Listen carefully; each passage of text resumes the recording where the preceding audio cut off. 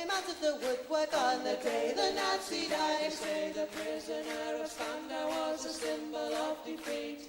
Whilst Hess remained in prison, then the fascists they would beat. So the promise of an Aryan world would never materialize. So why did they all come out of the woodwork on the day the Nazi died? The world is riddled with maggots, the maggots are getting fat. They're making a tasty meal of all the bosses and bureaucrats. They're taking over the boardrooms and they're fat and full of pride. And they all came out of the woodwork on the day the Nazi died. So if you meet with these historians, I'll tell you what to say. Tell them that the Nazis never really went away. They're out there burning houses down and peddling racist lies. And we'll never rest again until every Nazi dies.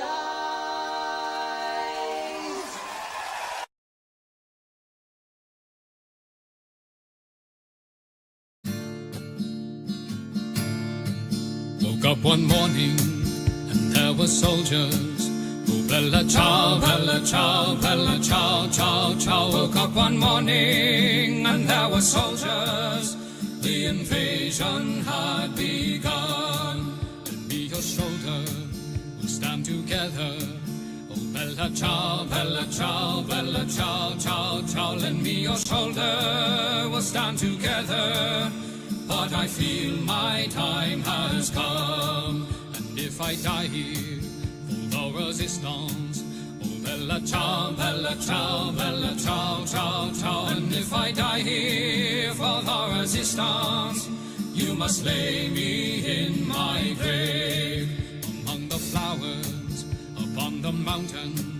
Oh, bella ciao, bella ciao, bella ciao, ciao, ciao. Among the flowers upon the mountain, let me rest among the brave. Someday the people will pick the flowers.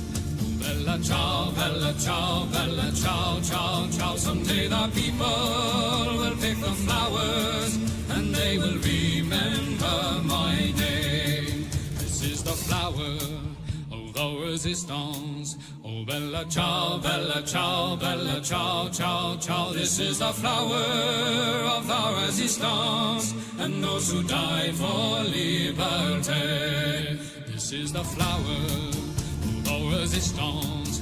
Oh, bella ciao, bella ciao, bella ciao, ciao, ciao. This is the flower of the resistance, and those who died for liberty. This is the flower of our resistance, and those who died for liberty.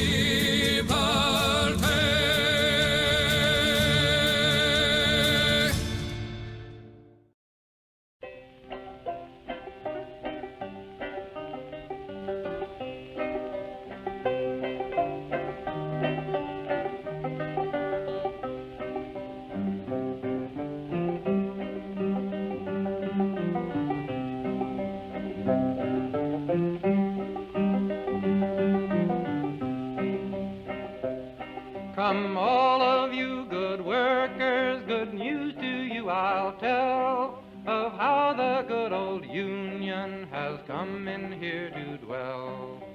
Which side are you on? Which side are you on? My daddy was a miner and I'm a miner's son, and I'll stick with the Union till every battle's won. Which side are you on? Which side are you on? They say in Harlan County there are no neutrals there. You'll either be a Union man or a thug for J.H. Blair. Which side are you on? Which side are you on?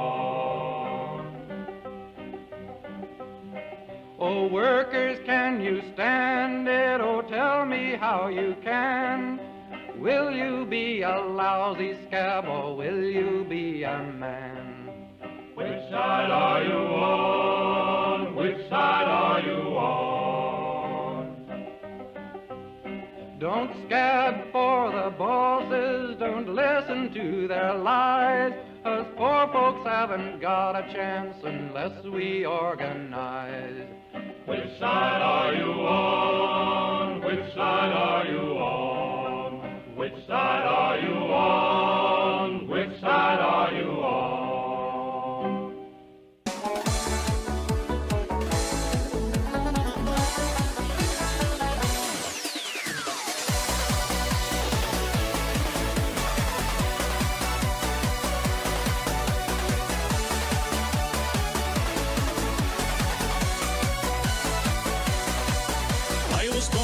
Street where the lion runs do beat, and the lovely English people walked all over us. And every single night when they tell, come home tight, he'd invite the neighbours out with this chorus.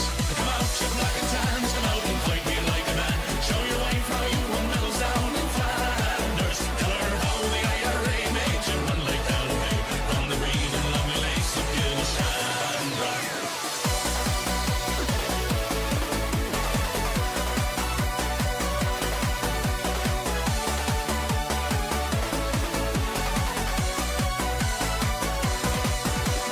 Tell us how you slew them all Arabs 2 by 2. Like the Zulus they had knives, bows and arrows. Of how bravely you faced one with your 16-pounder gun.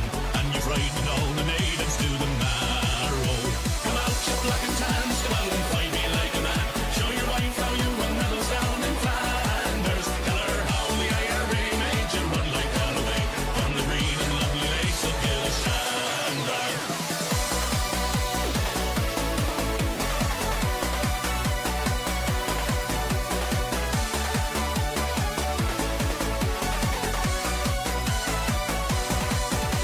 Let us hear you tell how you stand the brave Parnell and taught them well and truly persecuted. Where are the stares and jeers that you proudly let us hear when our heroes of 16 were executed? Come out, you black and tans, come out and fight me like a man. Show your wife how you won medals down in Flanders. Tell her how the IRA made you run like Galloway from the green and lovely lakes of Gilshandra.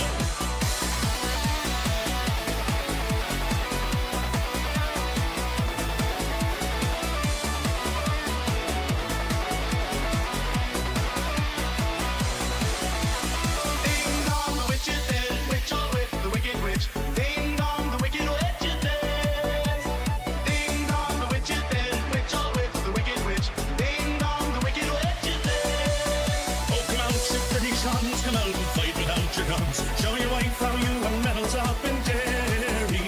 You murdered 16 men and you'll do the same again. So get out of here and take your bloody army. Come out, you black and tans, come out and fight me like a man. Show your wife how you won medals down in Flanders. Tell her how the IRA made you run like Galloway from the green and lovely lace of Gilshandra. Oh, come out, you black and tans, come out and fight me like a man. Show your wife how you won. Hello there, hello there, hello there, you delightful bastards. How the devil are we all? I am extraordinarily well. Thank you for asking. Have we pressured Kevin to getting a new cat lately? No, you have not. Plus, I'm thinking of moving at some point in the not too distant future, so... Like, I really don't need a place of this size. I am but one man, bereft of cat. So it'd be sort of silly to get what I can now. Anyway, let's. Well, you've sidetracked me with thoughts of cats.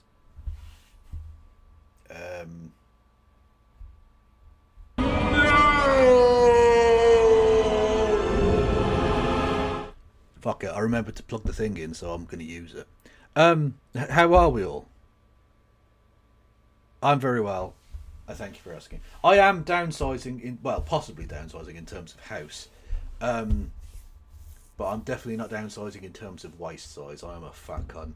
Anyway, yes, we're going to be doing Laura Kuenssberg with No Justice of the MTGs, which should be, I mean, terrible because it's always terrible. It's Laura Kuenssberg, award-winning journalism's Laura Kuenssberg, you know.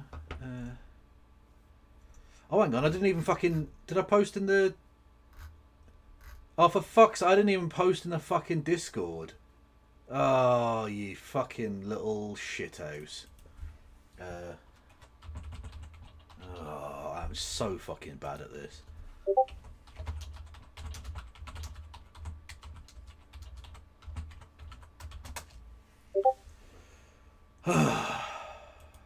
Fucking, honest to God.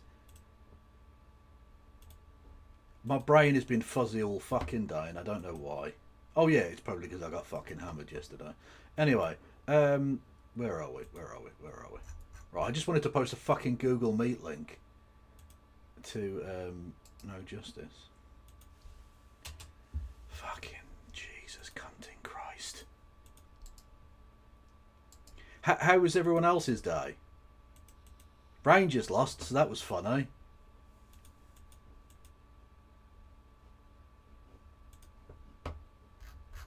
I don't know if everyone saw that. Oh!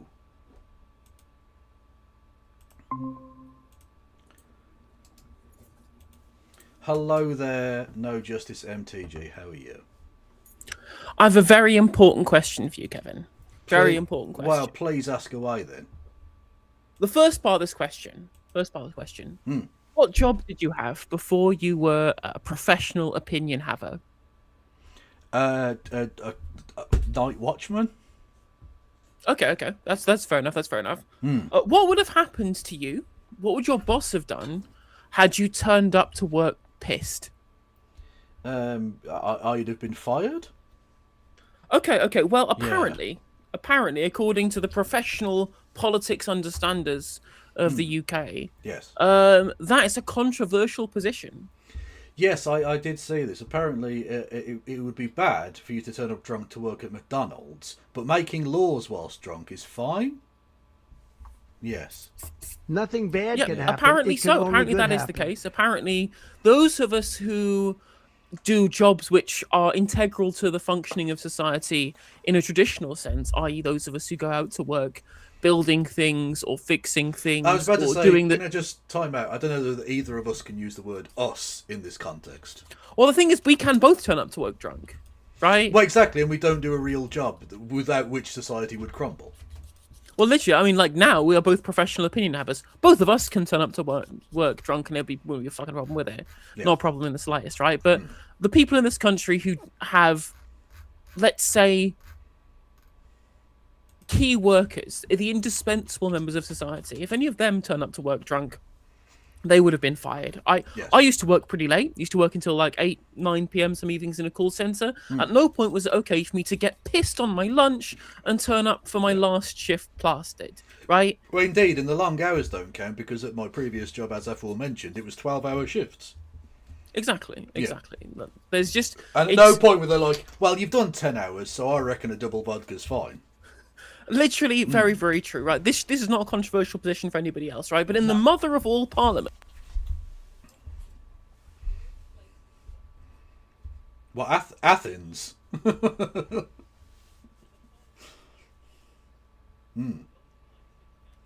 True.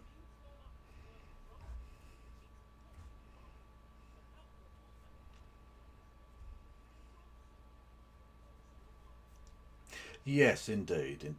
Although, to be fair, I'm glad that some of them are only drinking rather than the fucking horrible public schoolboy oiks who do coke in the toilets there.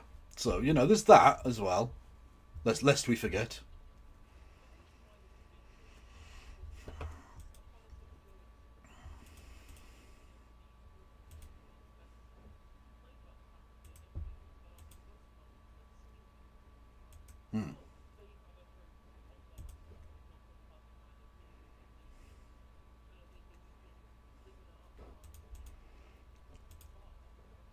Hang on. Apparently you're muted on my end? What? That doesn't make... Why can't you hear her? She's coming through on my desktop audio, so I genuinely don't know how that can possibly be the case. Chat. She's literally not muted in the sense that the desktop audio is coming through loud and clear. I don't know why you cannot hear her. Yeah, literally.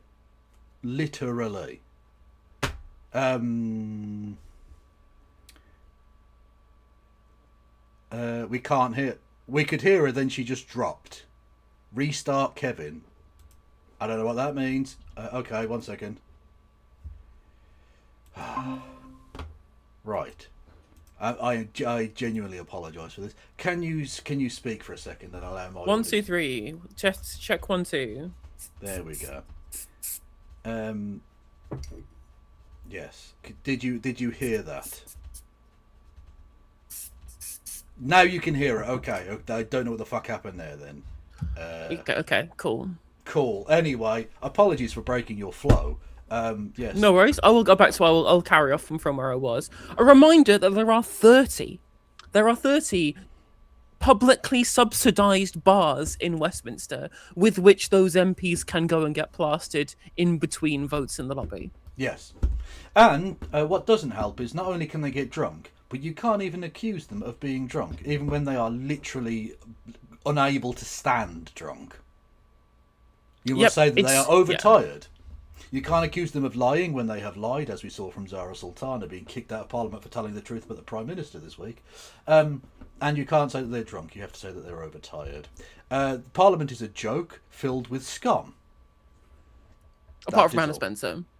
Well, there are some notable exceptions, but unfortunately many of them are terrible. And the number of MPs that were responding to her by saying, no, actually it's fine that we get pissed, they really don't understand why they're hated, do they? So the kind of reactions that these Hannah Spencer comments have gotten in the comments, that the kind of responses that Hannah has gotten for these comments online have bordered between out of touch and completely deranged, or like people proving that they have the comprehension of a toddler. This is where we're at, by the way, in terms of the discourse. So the three kind of common responses that you get, first off, is people saying, well, I always drank on the job when I was working, so it's fine. And I'm like, well, maybe we did like in the 70s. Yeah. Maybe it was less frowned upon then, but things have changed, and now most jobs will get you fired if you turn up drunk. Yeah, like, the idea that because it happens, well, the navvies were literally, essentially professional alcoholics who worked very hard as well. Like, the idea that because it happened in the past is acceptable is ridiculous. Like, we also used to smoke everywhere. And by the way, an interesting little hypocrisy that happened when they banned smoking in bars in the UK in 2007.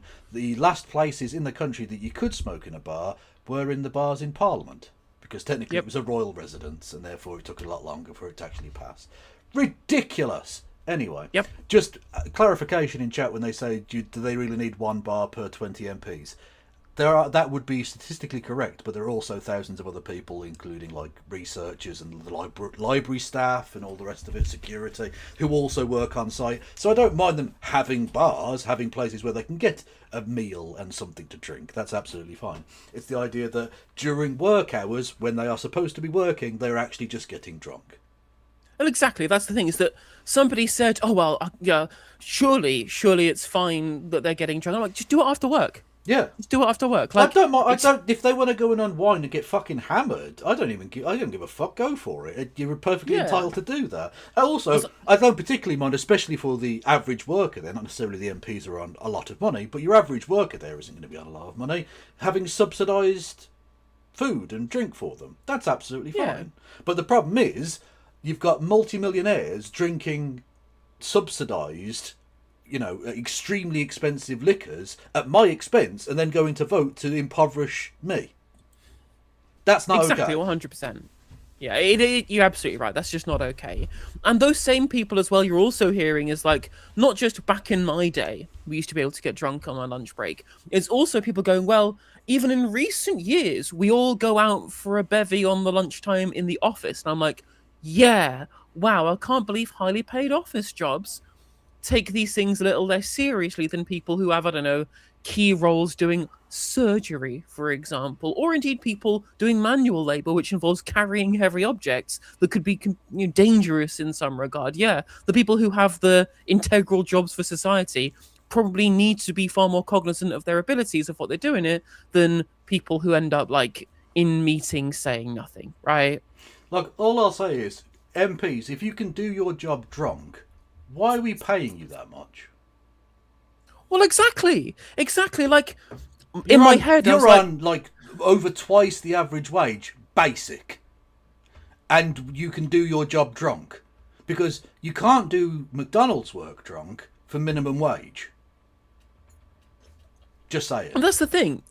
It's so blindingly out of touch, the comments that are being made, because it shows how there's one rule for them and one rule for everybody else. Why am I, or why was I, as a 50p above minimum wage employee of O2 in a call centre, working the same kind of hours, up until 9 p.m, that some votes end up in the Commons, not allowed to be able to turn up to work drunk?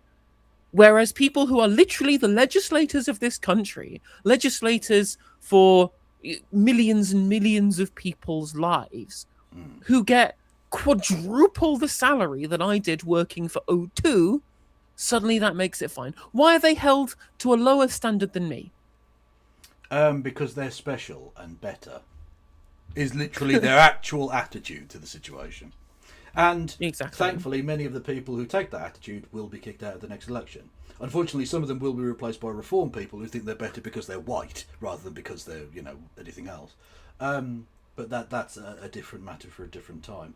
Yes, they really don't understand why, there was an appeal in a working class person from that area being voted for by the working class people of that area, which is why the Green Party won its first ever by-election, and the Labour Party went from over 50% of the raw vote to third place in 2 years.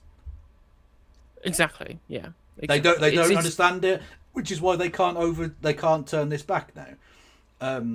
They've all gone to bat for Keir Starmer this week because, again, they don't understand why they're despised, and so they can't change it, so it won't turn around. Exactly, 100%. This is the comments from the MP for York Outer, Luke Charters. Breaking news: MPs are human and sometimes have a drink. Classic clickbait farming. MPs work long days for constituents and yes, sometimes share a drink in the evening with colleagues. Last week, I was scandalously spotted with an alcohol-free pint or two between votes. But sure, let's talk about that instead of the Greens' wacky policies. And I'm just again, just totally blindingly out of touch. Because again, no one is concerned with you having drinks in the evenings after work. It's about the fact that, as Hannah was pointing out, people are literally turning up bladdered and stinking of booze in the voting lobbies, right? Yeah. Which isn't even a new thing. That's always been the case. The kind of gin-soaked Tory MP voting to impoverish huge sections of the country and privatise formerly nationally owned industries is a well-founded, thing. Literally, Ken Clarke was a fucking pisshead when he was Chancellor. I wonder how that worked out. Yeah, he used to swig on fucking whiskey at the dispatch box. Yeah. Well, to be fair, at budget announcements, a budget speech on budget day, it's been sort of tradition that they have a sip of whiskey. But that was more of a tradition. And Gordon Brown didn't.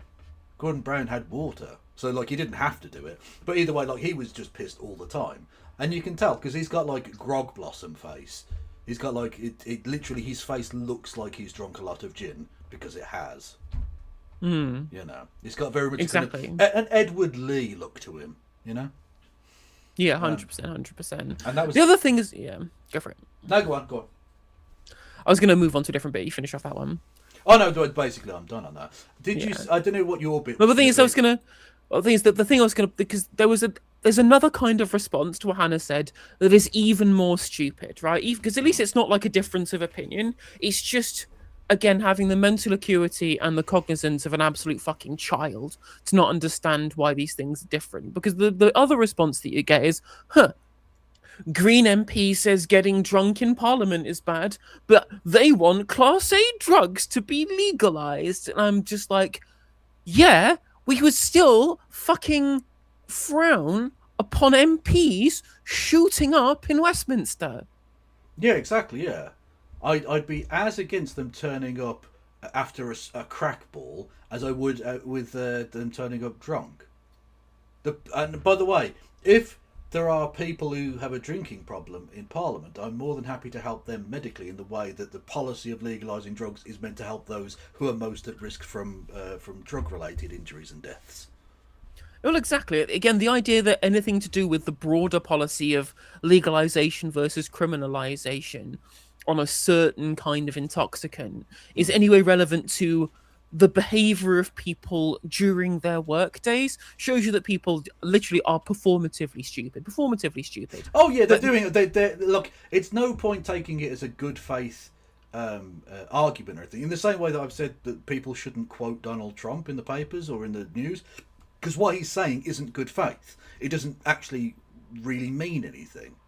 It's just bullshit, right? And so people saying, oh, well, you want to legalise heroin, as if anyone's policy is they should have heroin for sale in the House of Parliament. No one's saying that. That's obviously ridiculous. And anyone who is claiming something like that, as I'm sure we're about to move on to, because there's a fantastic article I want to show everybody.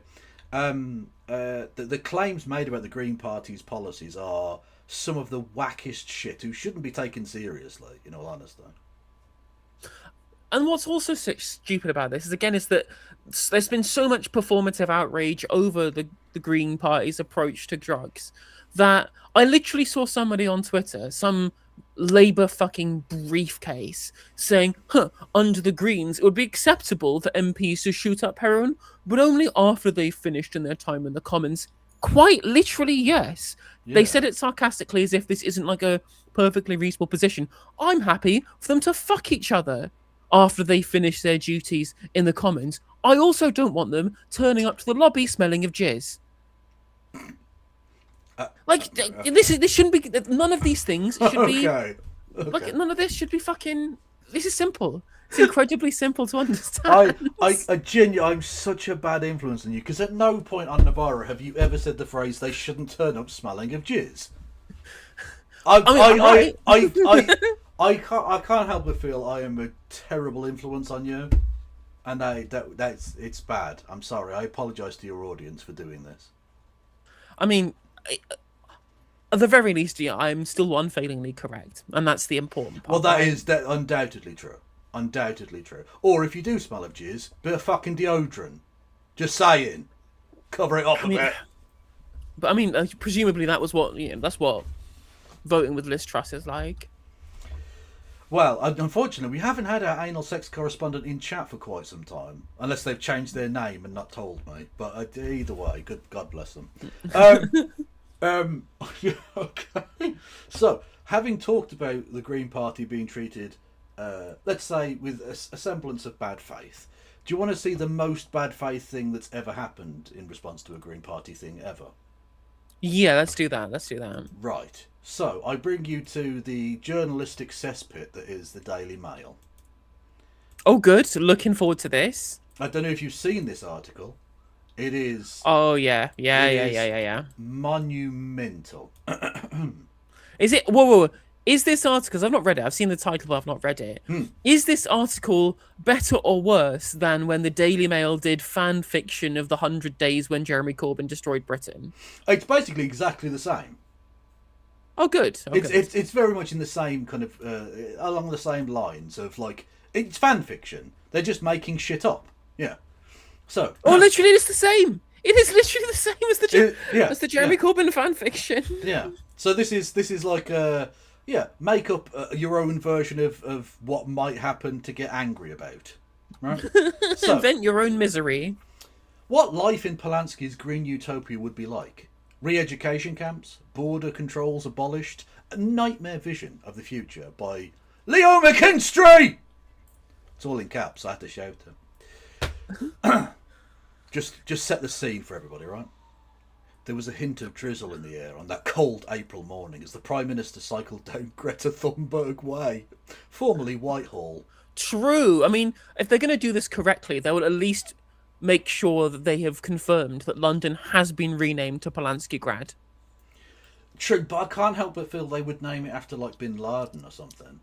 It would have to be Muslimised, wouldn't it? Muffin Alleyway, at least. Because it's alleyway. Alleyway. No? Anyway. Right.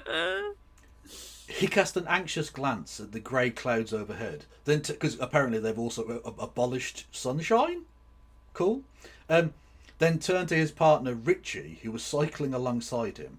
Quote, "It's a pity we couldn't have had a repeat performance of last year's weather," Zach Polanski said, thinking back to that golden moment exactly 12 months earlier when he had first entered Number 10 under blazing sunshine and bright blue skies. Richie, a physiotherapist who had lived with Zach in Hackney, East London. Thanks for that clarification. Jesus. Right. Long before there was any prospect of him reaching the political summit, gave a nod, then signalled that he was about to turn into Al Gore Passage. That seems like an odd political bedfellow, but okay. The road, formerly known as Downing Street, before the Greens embarked on the renaming drive. Okay. Having dismounted and passed through the security gates, the two men parked their bikes, because it's gay, so they ride bikes. Gay bikes. Very subtle. In the unfeasibly large, underused cycle rack near the door at number 10 that had been repainted green on day one of Polanski's tenure. Is this what the people are joining the Green Party purely on the grounds that they love the colour green? Yeah. That's it. It's the only reason. Although apparently, clearly, this fan fiction isn't well thought out, because in the re-education camp authoritarian world that I dream that Zach Polanski is going to create, surely he would have outlawed all cars, so the bike rack is not going to be underused, it's going to be absolutely full to the brim, as all other forms of transportation have been banned. Well, no, they have thought it through, and they thought, well, we need to make it look bad, because even in the green utopia, people don't want to use bikes. Because biking is gay, basically. The cycle rack had been a source of huge controversy, not only because it was a gift to the people of Britain from the Duke and Duchess of Sussex. So that's your man in America, isn't it? And his slightly brown wife. It is incredible. This is slop for middle-aged suburbs, leafy suburbs, bored housewives, basically. It is literally, again, just scare stories for people who have so little going on in their lives, they have time to care about whether the fuck Meghan Markle is up to. Yeah. Though, actually, I am willing to... I'm going to... Slight tangent. I am willing to make this claim that I think that the people who have any concern about the lives of Harold Windsor and Meghan Markle are the most pathetic people in existence. Genuinely the most pathetic people in existence. Well, I cannot think of a single group of people who are deserving of more derision than these people. Because not only do they care infinitely about people who will never care about them, not only do they care so much so that it makes them absolutely furious, they care so much they spend their entire lives, waking lives, getting... Yeah. Well, I was going to make the clarification. I was going to say, actually, royal correspondents are worse. But that's just a subset of the group you mentioned. And at least they're getting paid to do it. Do you know what I mean?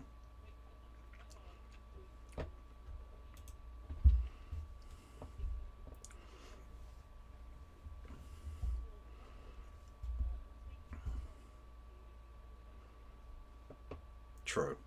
Oh, apparently you dropped out again, so I'm going to have to fucking reload. I think I know what the problem is, though. It's when I pull the microphone lead thing, it for some reason sends you mute on my end. And I don't know why that is, so basically I'll stop moving, I guess, is the issue. Nice!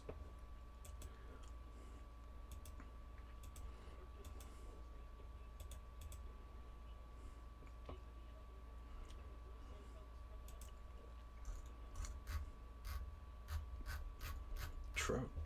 Thank you to Seamstress Dragon and Danger Vince for resubscribing on the Twitch. Much love.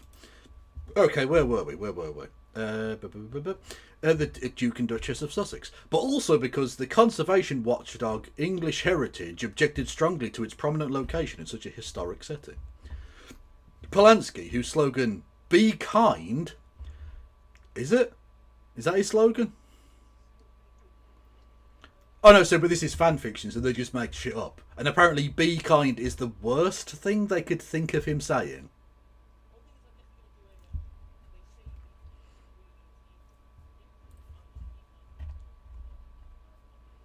Yeah. Polanski, whose slogan "Be kind" had been at the centre of the party's successful election campaign, decided to teach the Quango a lesson by removing its chief executive and putting her in charge of the Real Wilding project at Dungeness? What?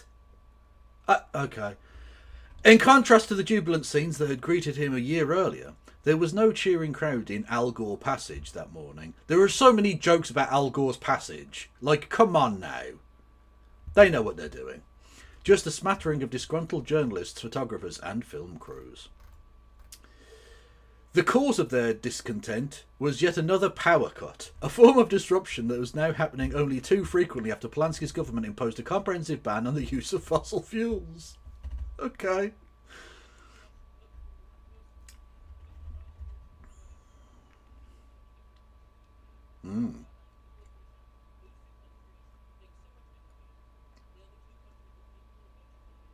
Yeah. Nor could these angry professionals be mollified by the distribution of vegan snacks made by earnest number 10 interns. Their hostility only evaporated once the electricity supply was restored by cranking up an ancient generator in the basement, ironically powered by diesel.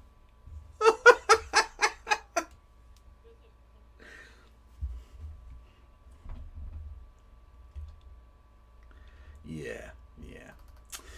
By the time this elderly machine had coughed into life, Ritchie had disappeared behind the green door, leaving his partner alone to deliver his speech on the first anniversary of his government. As usual, during a major set-piece appearances, he wore the Palestinian black and white scarf known as the keffiyeh, while both the podium and the dark brick wall above the entrance of number 10 were draped in Palestinian flags. Honestly, you...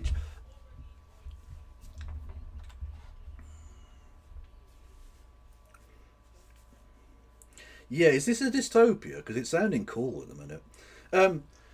Administering the revolution was proving a draining experience, however, and there were dark lines under his eyes. Take the decision to impose a ban on domestic flights, a move which had provoked fury in the travel industry. He was used to such opposition and refused to back down, but the episode had taken its toll on him nonetheless. That said, he privately admitted that, as a former actor, part of him relished a drama of confrontation, as when his government pushed through plans to turn Westminster Abbey into an interfaith centre. Fuck yes! Come on!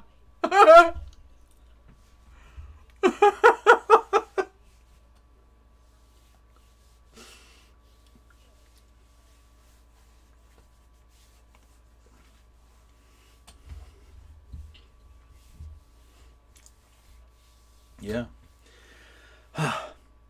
He'd also moved the open-mouthed horror exhibited by the Prince and Princess of Wales when he suggested that in interest of equality and social justice, they should move from Norfolk to a semi in Wolverhampton. Now, I don't like the royals, but I think that's cruel and unusual punishment. No, there's no need, is there? Like, I'm happy for them to... well, exactly, well, it is. It's a human rights abuse. Wolverhampton is not fit for human inhabitation, which is why no humans live there. Only fucking mutants. Anyway.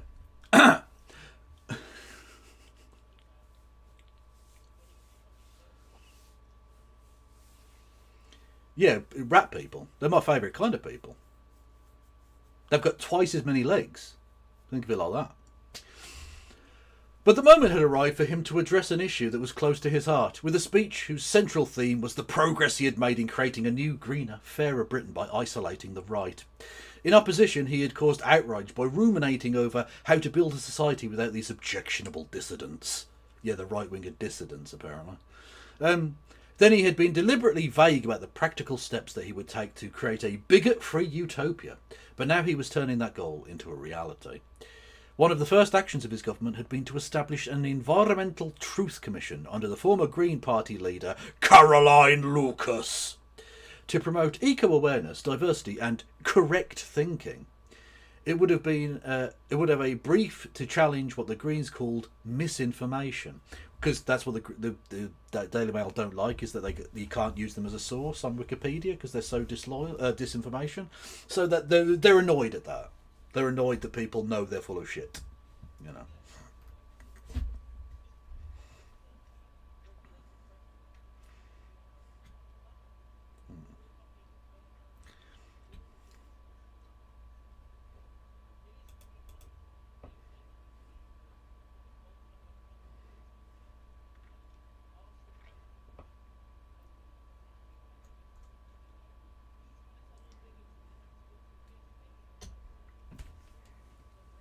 out. Oh. Hello? Hello? Hello.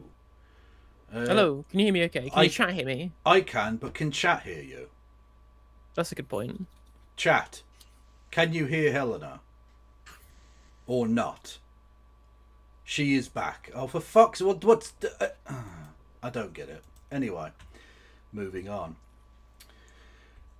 In his first anniversary speech, he boasted that the Commission had been an enormous success in tackling the forces of reaction and the enemies of the people. Armed with sweeping powers, it has concluded hearings all over the country at which recalcitrant individuals and unenlightened companies confess to their past eco-sins and failure to embrace diversity.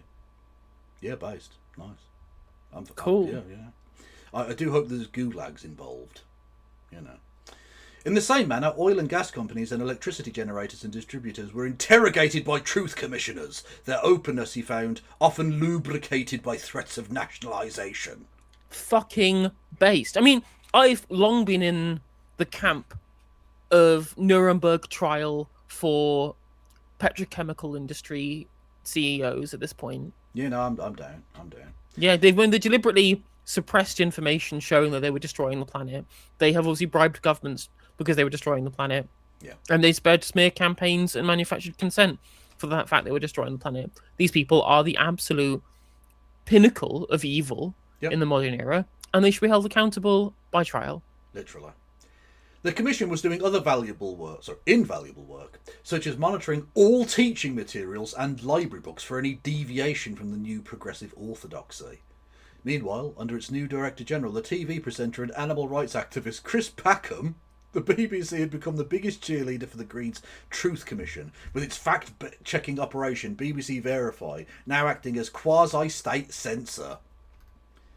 When it comes to... Although thank you, Grandad, for the £5. Sadly, can't go to conference in autumn. Top tip, go to the catered events. Not all of it's vegan. Excellent. And thank you, Vicky, for alerting me with the £5 donation that Kevin couldn't hear. Kevin's chat couldn't hear me, and then they could hear me again, which was immediately after that I got the super chat got sent. So thank you for the £5 that ended up being useless. Yes. When it comes to violent crime and offences such as burglary and theft, Polanski advocated a softly approach based on the classic hand-wringing belief that criminals were really victims of society and were in need of support rather than punishment. In fact, his party did not consider drug possession or illegal immigration to be crimes at all. Well, how is it illegal if it's not a crime? Well, that's the thing, right? Again, this is what I fucking hate about right-wingers. They continually do this. Do you know the meme which says... arguing with leftists is impossible because they refuse to admit reality, which makes conversation impossible. And when they mean refuse to admit reality, it is they don't have the same philosophical priors as us. So when a right winger will say something they believe is a universal principle, a leftist will go, "Can you please explain your universal principle?" And they go, "God, don't you know it's universal? Oh, you're impossible to be able to debate." And again, meaning that they make debate completely fucking impossible. Yeah. And it's exactly the same with this. Oh, well, illegal immigration is illegal. I'm like, that's a tautology. Yeah. We decide what is illegal, what is and isn't legal via statute. Yeah. Right? We decide what's illegal and what isn't via the fact that we have a sovereign parliament that decides this for us, that gets votes on policy. Yeah. We choose what that is. It is not written onto stone fucking tablets. It wasn't handed down by God what is and isn't legal. But of course, these people don't have any philosophical basis for anything that they believe. They believe that legality is morality because they're idiots. Yeah.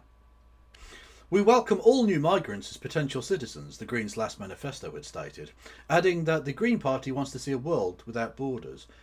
Okay, and the people voted for that.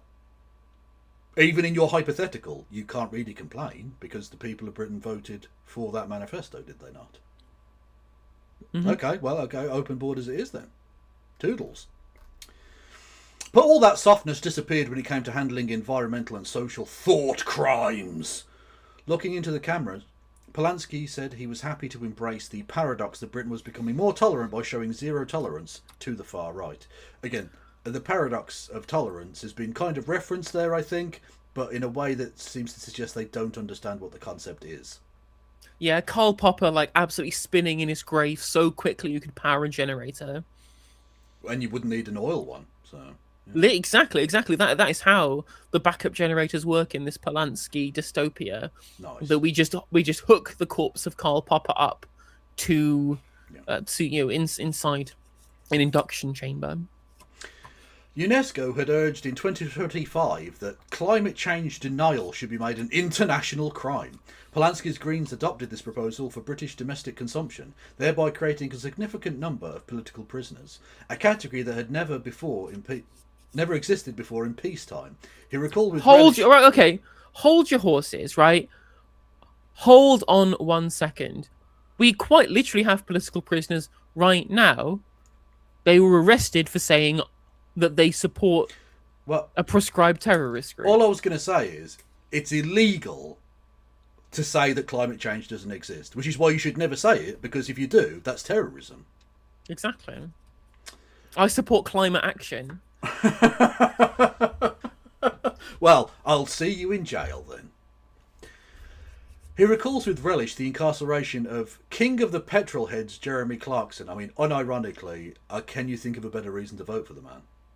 Literally, I mean, imagine how many fucking votes you'd get if you just said we will send Jeremy Clarkson to like an ironic like punishment cell. Yeah.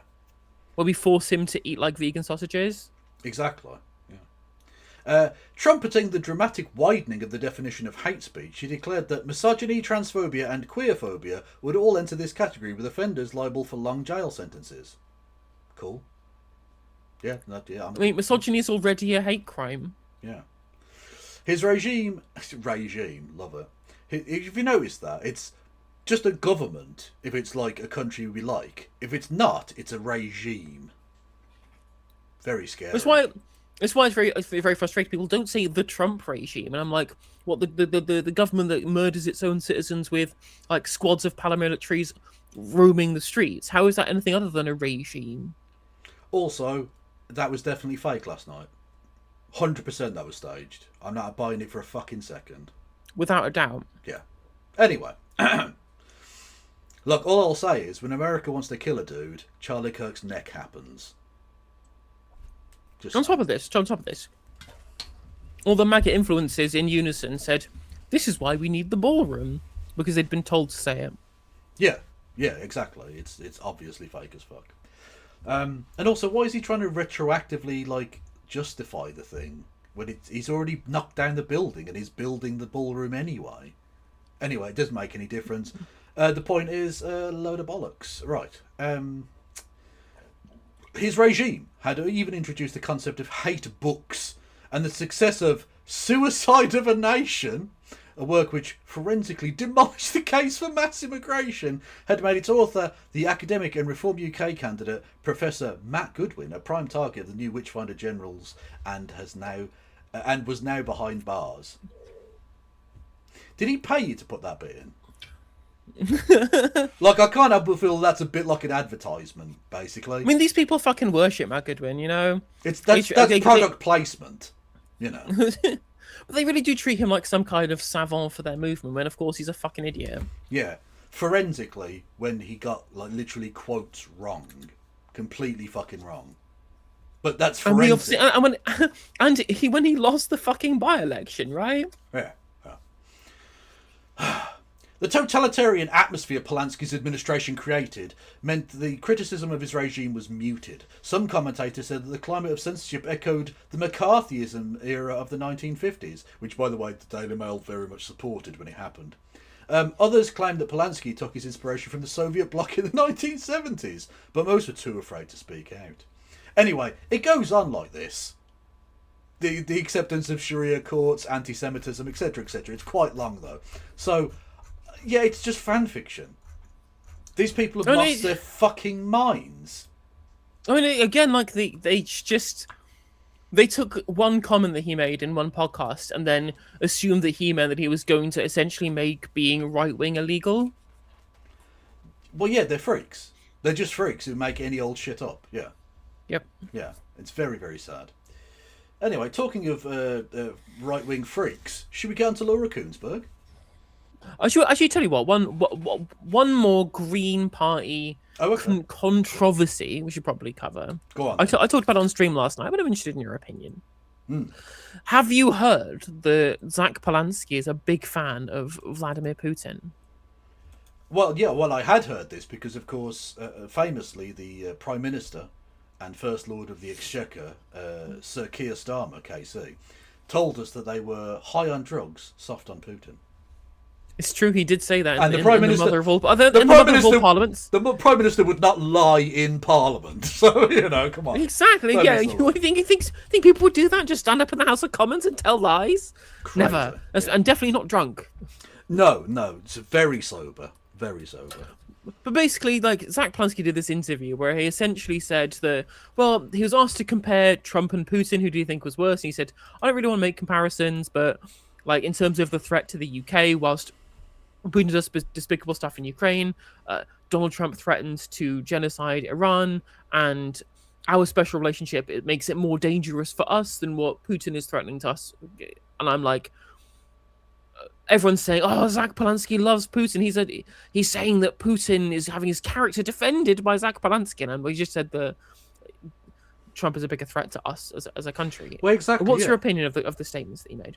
Well, I genuinely, I don't see that there's that much controversy there. Like, Vladimir Putin is a threat to us. I don't think there's any doubt about that, right? He's provocative, both in terms of international waters and international airspace. He's obviously still doing war and genocide in Ukraine and so on and so forth. A bad dude. But if you're going to compare like with like, twat with twat, Trump is definitively more dangerous. Trump is a much more destabilizing force across the world. We literally saw a fantastic example, and I don't know if this news came out after he did that interview or not. I think it probably did. But the fantastical, I suppose, notion that because we didn't immediately jump into the Iran war in exactly the enthusiastic way that he liked, he ordered the CIA to do a review of their policy on the Falkland Islands. Yeah, it's so crazy. Literally, I mean, like they're literally like, well, you didn't help us with the illegal shit that we're doing, so we're gonna go back on our decades-long policy of supporting you in the weird shit you do in the South Atlantic. Like, what the fuck? Like, he's threatening to invade fucking Denmark. Literally, the thing last night with the staged fucking fake assassination attempt that got nowhere fucking near him. Although, interestingly, he did actually bruise both of his knees by falling over as he was rushed out of the room. Hilarious. That's on camera as well. Very funny. During that, there's all this kind of world reaction about, like, there's no... The violence and democracy, there's no rule for this. You can't have it. These two things shouldn't mix in. Look, motherfucker, he just got done saying that he was going to end Persian civilization. What do you mean violence and politics shouldn't mix? He's doing wars, multiple of the fucking things, for Israel. He's doing genocides, multiple of them, for Israel. The idea that Putin is anywhere near as fucking dangerous is insane. Yeah, like, cause there's two kind of fulcrum here. Like, I will say, I think that Zach Polanski saying, well, Trump's threatened genocide. I'm like, well, Putin has done genocidal acts in Ukraine, the transportation of 100%, yeah.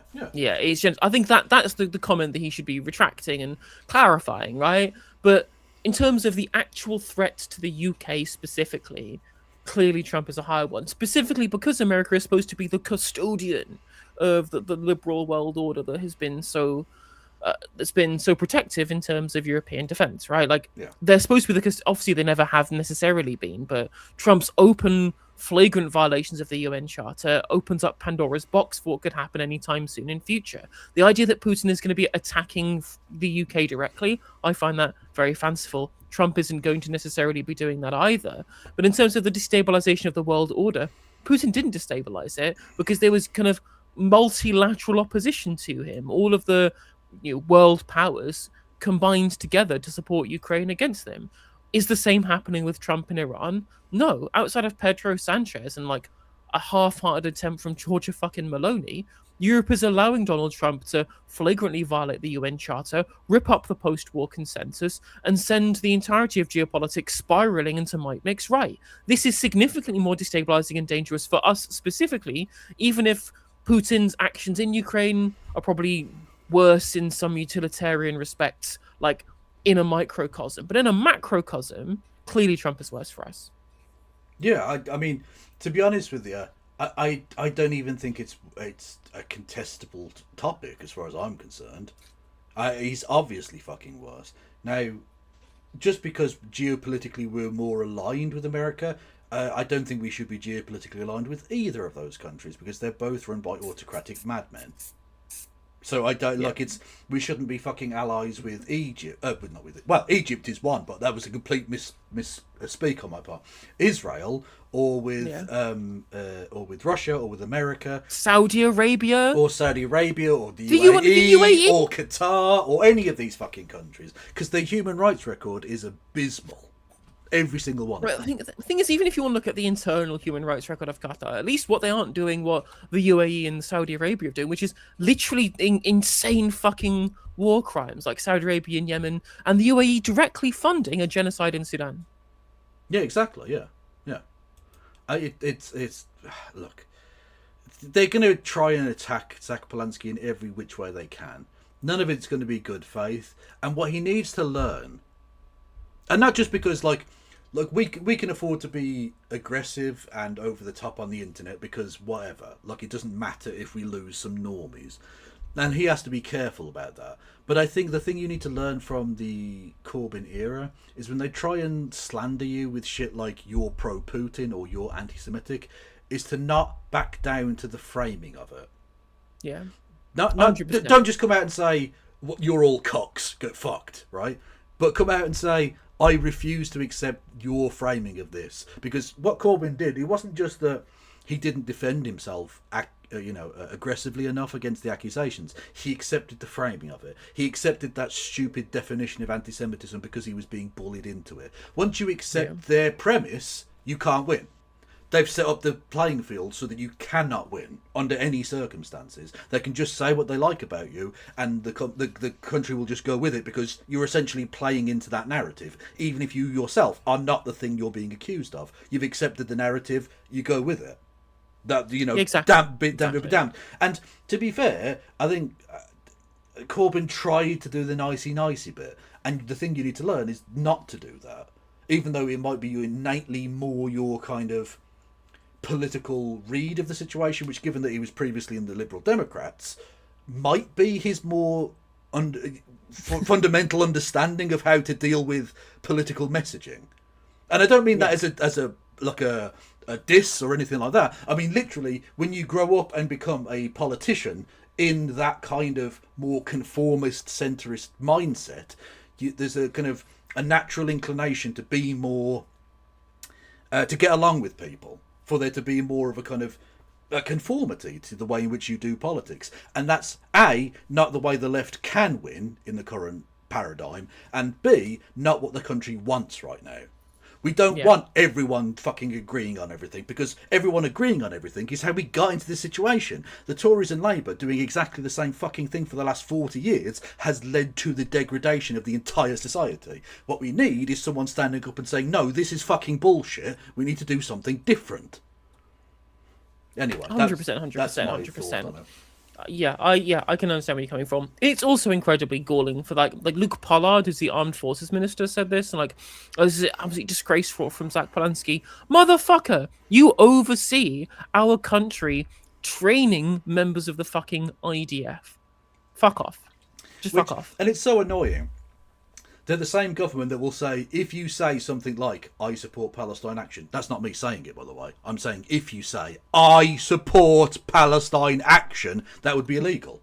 You can't do it. It's terrorism. Don't do it. You'll go to jail. If you were to say that, though, that would be terrorism.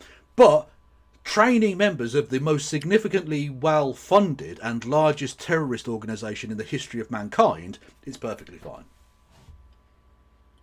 I'm referring to the IDF there, by the way. Exactly. Yeah. Anyway, shall we do Laura? I think so. I think we should. Award-winning journalism. Let's fucking go. Let's go. Oh, God. Okay. What a place to start. Jaws drop. A gunman storms a presidential dinner.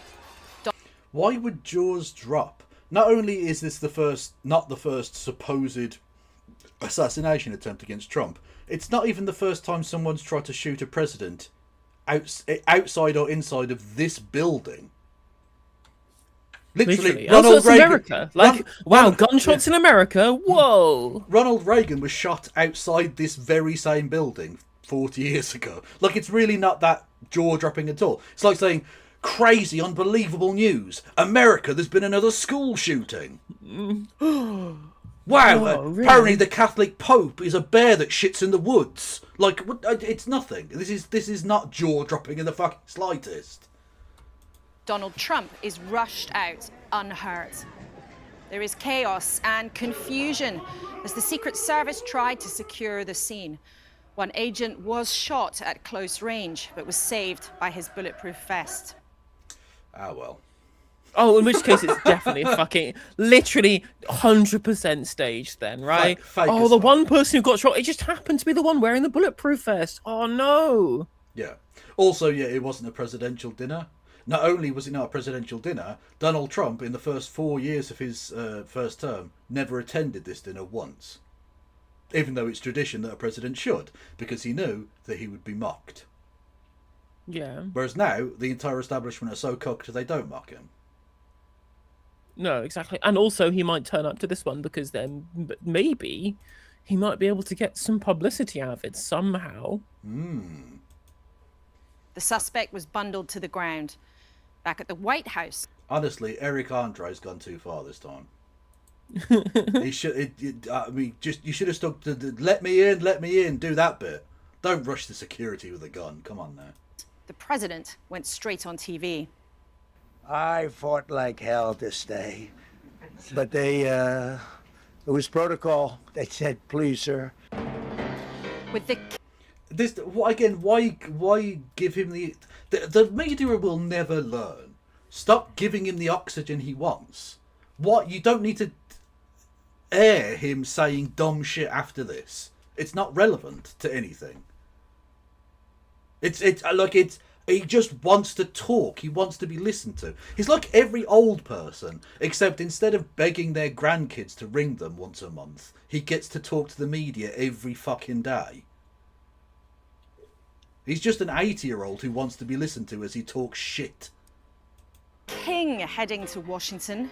How can this have happened? And with... What do you mean, how can it have happened? How can what happen? Nothing happened. The gunman didn't get anywhere. The gunman didn't get anywhere near him. What do you think? The security is supposed to know that the guy is a mile away from the building and stop him there before he even gets to the security ring. The reason they have rings of security at these events is so that he can't get through all of them. He rushes past one line of security, he gets to the next one, they stop him. So it worked. If we assume that this is a real event that actually took place and isn't staged and isn't a publicity thing, if it's a real event, what happened was what was supposed to fucking happen. The security stopped him before he got near anyone. So, okay, so nothing happened then. Literally, this isn't a story. Anyway. A fierce critic in the White House and his party thoroughly miserable at home. The Prime Minister insists he will fight the next election. No, he won't. But it's so funny to me how cucked he's been to Trump. And Trump is literally like, yeah, maybe we'll just let Argentina have the Falklands anyway, you cunts. Like, literally. It's so embarrassing. But that's it. Again, you can't give these people an inch, otherwise they'll take a mile. Exactly. He doesn't look at the people he likes. It's people like Vladimir Putin. It's autocratic strongmen.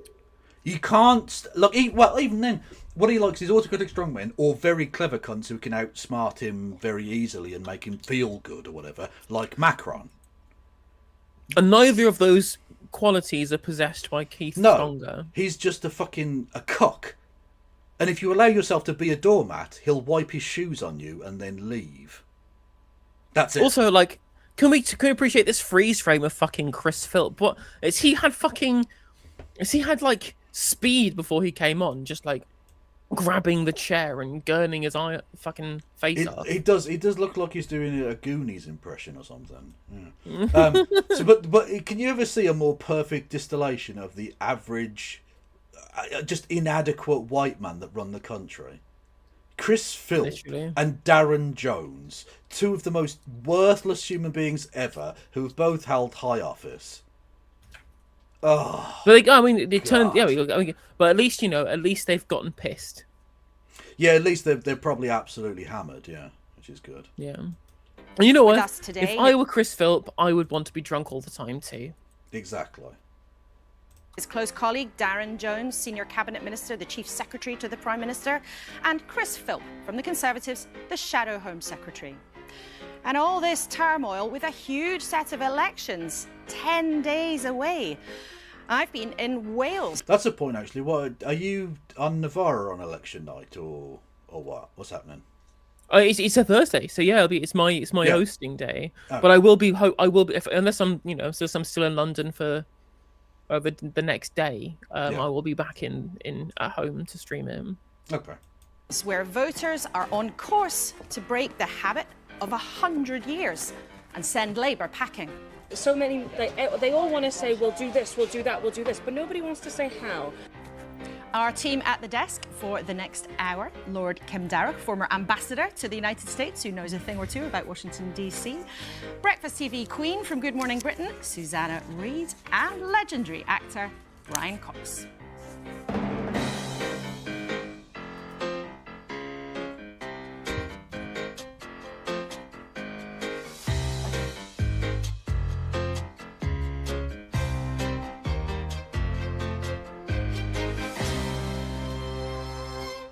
Morning. The lead story everywhere. Shots fired at a presidential dinner. This is what we know. Not a presidential dinner. Hundreds of guests in tuxedos and... It's literally a press dinner that the president attends. It's not when you're the guest, it's not your dinner. Literally, so true. But then again, I guess that's how that's what the journalists tell themselves. cocktail dresses. We're at the presidential have just dinner. finished their It's definitely not a fucking circle jerk. No. salad at 8:30 Washington time. When one of DC's fanciest nights out, the White House correspondents' dinner went terribly wrong. A man with guns and knives stormed security at the Hilton Ballroom. Shots were fired, injuring a Secret Service agent. Donald Trump and his wife and other guests were bundled out. Terrified attendees hid under tables as the suspect, identified as 31-year-old Cole Thomas Allen of California, was grabbed and arrested. President Trump himself posted this picture of him online. The president then returned to the White House later, where he spoke to the press, dozens of whom had been at the dinner, briefing them in their bow ties and ball gowns. A man charged a security checkpoint armed with multiple weapons. We wanted to stay tonight. I will tell you, I fought like hell to stay. But That's not true. Obviously, that's not true. Yeah, right, Mr. Dodge, maybe Mr. Draft Dodger. it was protocol. Well, the BBC's Gary O'Donoghue was at the event last night. Let's talk to him from Washington, D.C. I mean, Gary, what was it like when you heard shots firing out? It was like an elementary school classroom. But it was pretty terrifying. I mean, you had to do a sort of double take because you weren't absolutely sure what it was. But that low kind of thud that those long guns make is pretty unmistakable. And when I noticed my colleague to my left was diving under the table, I thought I'd better do the same. And we ended up on the floor under the table, on our knees, wondering whether someone was going to start wandering around the ballroom, taking aim at 2,500 of us crouched under tables. So it was pretty frightening, and it should never have got anywhere near that. I mean, what was the security like on your way in? I mean, how does it appear to have happened? What happened? Literally what? The security did its fucking job. The guy didn't get within a mile of anyone. He rushed past like two people and they shot him. Or shot at him and then like disarmed him, whatever. Like, he didn't get anywhere fucking near the people they're there to protect. So actually, this isn't a story. All the roads were closed. There were choppers overhead, but I walked a couple of blocks to the hotel. I waved my invite at someone who looked at it from about 6 feet away. Which, by the way, all of this security and how it works, and they could stop this one dude. You know for a fact that when they stormed the Capitol, that security was stood down by him. There's no way they'd have been. Without a doubt. There's no fucking way they'd have been able to get anywhere near that. Like, I assumed that just automatically, if you went anywhere near one of those buildings with like intent, like a laser guided missile would be fired up your arsehole within seconds. Like, I assumed you'd be swarmed. But all of a sudden, there's like one police officer and a stairwell full of right wing lunatics. Like, that's ridiculous. That was obviously like. Especially on the day where you're certifying the election results, right? That was a concerted effort by the White House to ensure that took place. Because they were essentially trying to do a coup. Let's be honest, this was what this was. Away, no one checked my ID. I was checked a little bit on the way into the ballroom, but even when the beeper went off, they didn't ask me to empty my pockets or anything. Now look, the Secret Service did their job. They did say, they did stop this guy from getting into the ballroom. They did their job, but that security cordon was right outside the ballroom doors, and of course the hotel was full of regular guests. And Laura, you've got to remember, this is the very hotel where Ronald Reagan was shot in 1981. At least he had the good grace to get shot. Jesus. Washington Hilton getting a bit of a bad reputation here. Gary Donoghue, thank you so much. What do you mean? Yeah, it's been associated with right-wing lunatics going there and getting shot at. How is that the hotel's fucking fault? What's the hotel got to do? I always felt bad, like, the Watergate gets a bad reputation. Why? Because 2 of its guests got the room broken into by lunatics. What? How is it the Watergate's fucking fault? It's not Fort Knox. And mercifully, you and other people weren't hurt. One Secret Service agent was shot and is in hospital, but was saved by his bulletproof vest. Kim, you know Washington very well. I believe you've been to some of these correspondents' dinner before. As Gary was saying, it sounds like security was pretty lax. Gary describes it well. There's a huge traffic jam around the hotel, so you generally walk the last couple of blocks to the place. You show your invitation card, and that's all, to get into the building. And then the ballroom, where the 2,500 guests assemble, so it's a mass of people there. Ballroom's in the basement, so you go down the stairs, and at the bottom of the stairs there is a security, a metal detecting arch, and they check your bags. But it is a hotel, Laura, and it's full of guests who are just there in the hotel. They're not coming to this thing.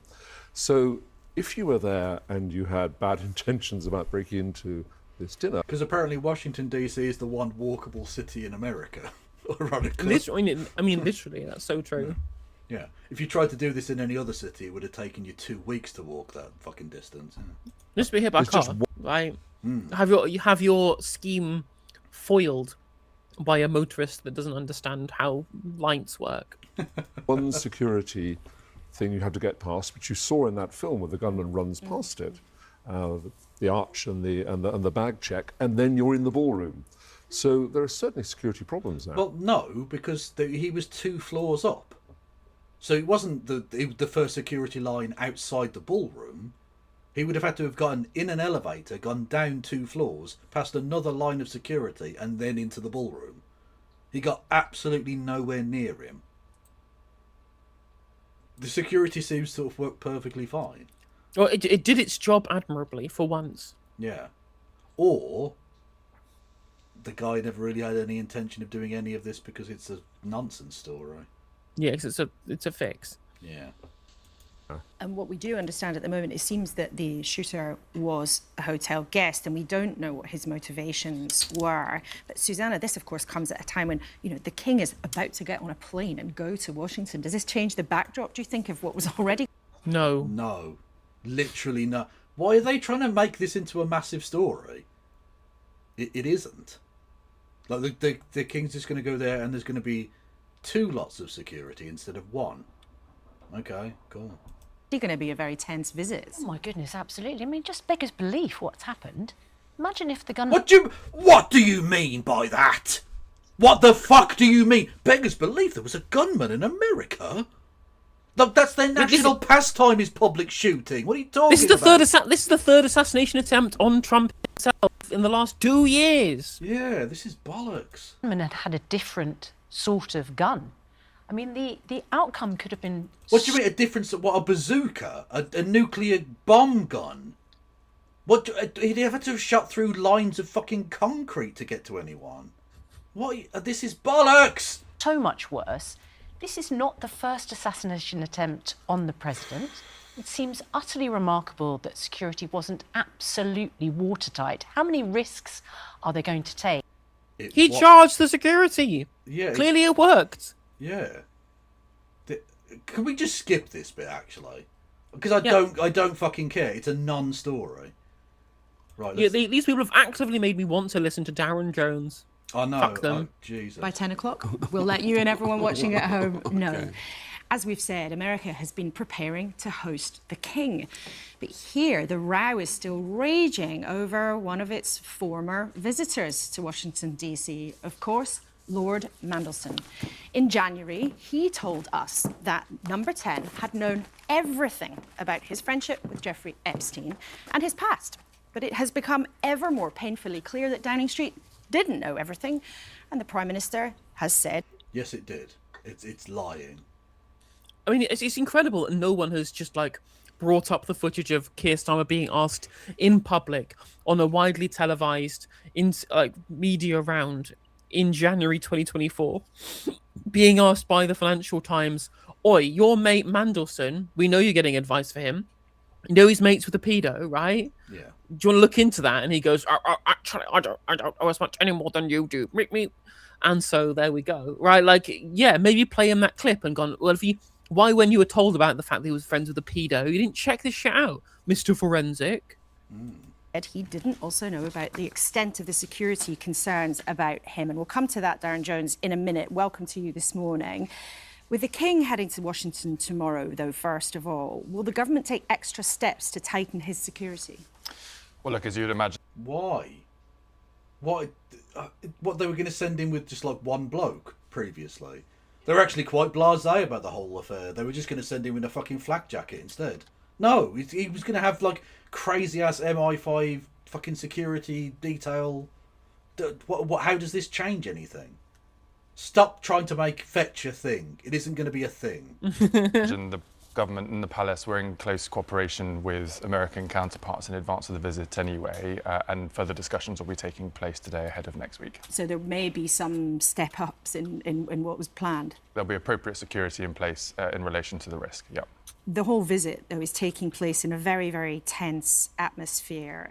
Donald Trump has been relentlessly criticising Sir Keir Starmer on TV, on social media. Would it be helpful for you if the King told him to back off a bit? The King and the... No, because that's literally not the job of a... Look, oh my God, I can't believe I'm having to defend the King here, because I fucking hate the monarchy and everything it stands for. But in a constitutional democracy, it's not his fucking job to do that. Literally. Like, that's a directly political affair. That's got nothing to do with him. Like, that's not his job. That would be actively against his role if he tried to intervene in that way. Like, essentially he's there to try and promote British trade, which is itself, I suppose, political, but like at least that's unequivocally a good thing, that we do want to do trade. We'd like to make money and enrich the nation, you know, that sort of thing. President have a very warm relationship, which I think is reflected in lots of different ways between the United States and the United Kingdom. In relation to the pressure from the President on our Prime Minister, Keir's been very clear that he interprets that as the President trying to pressure him about his involvement in the war in the Middle East. And this government's been very clear that it's not our war. We're not going to be getting involved in that way. We are involved. We are.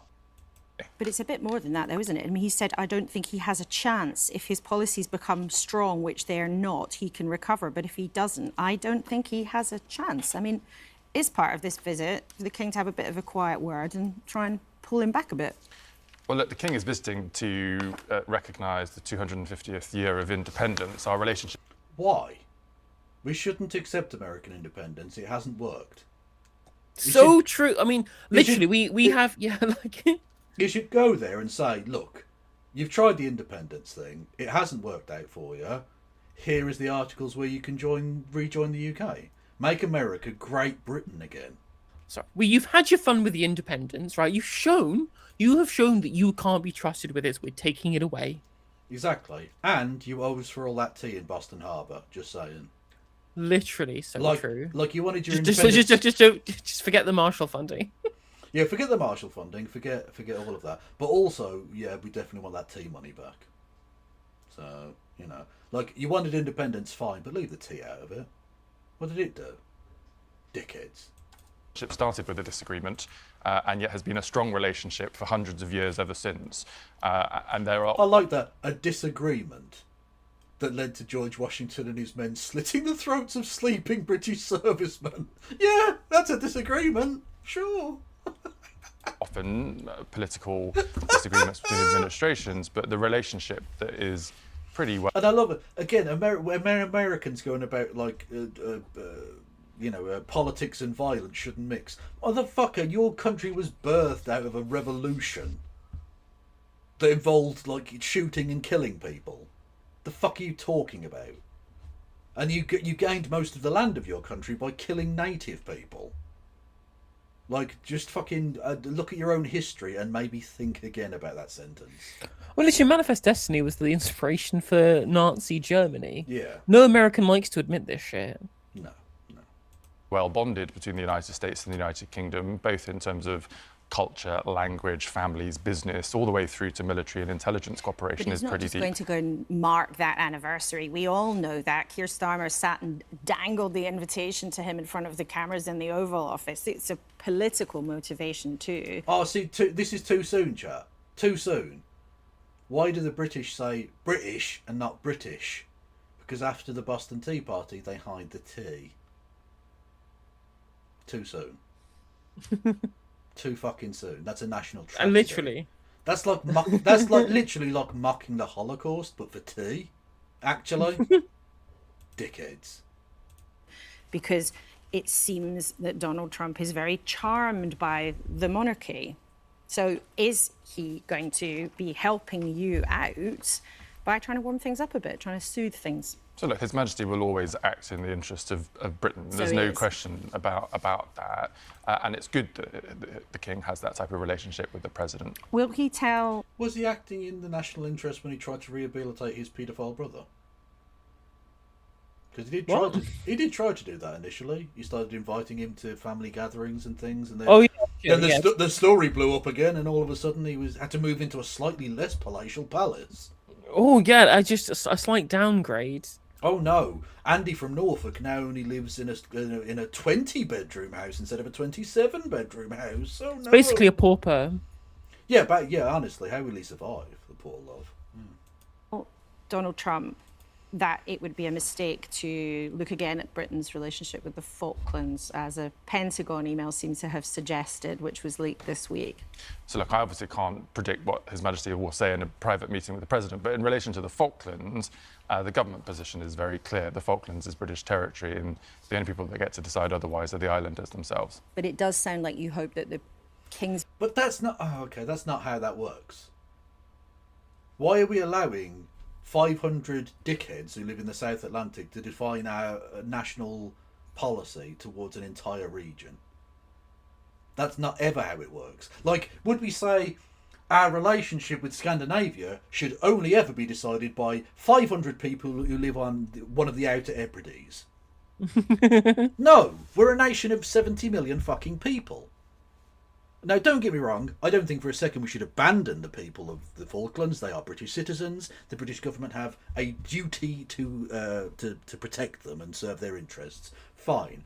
But we could absolutely renegotiate the situation where we have a dual sovereignty situation, at least over the territorial waters, and at least have some access to it for Argentina, so that you can at least ease the tensions with the entire South and Central American continents.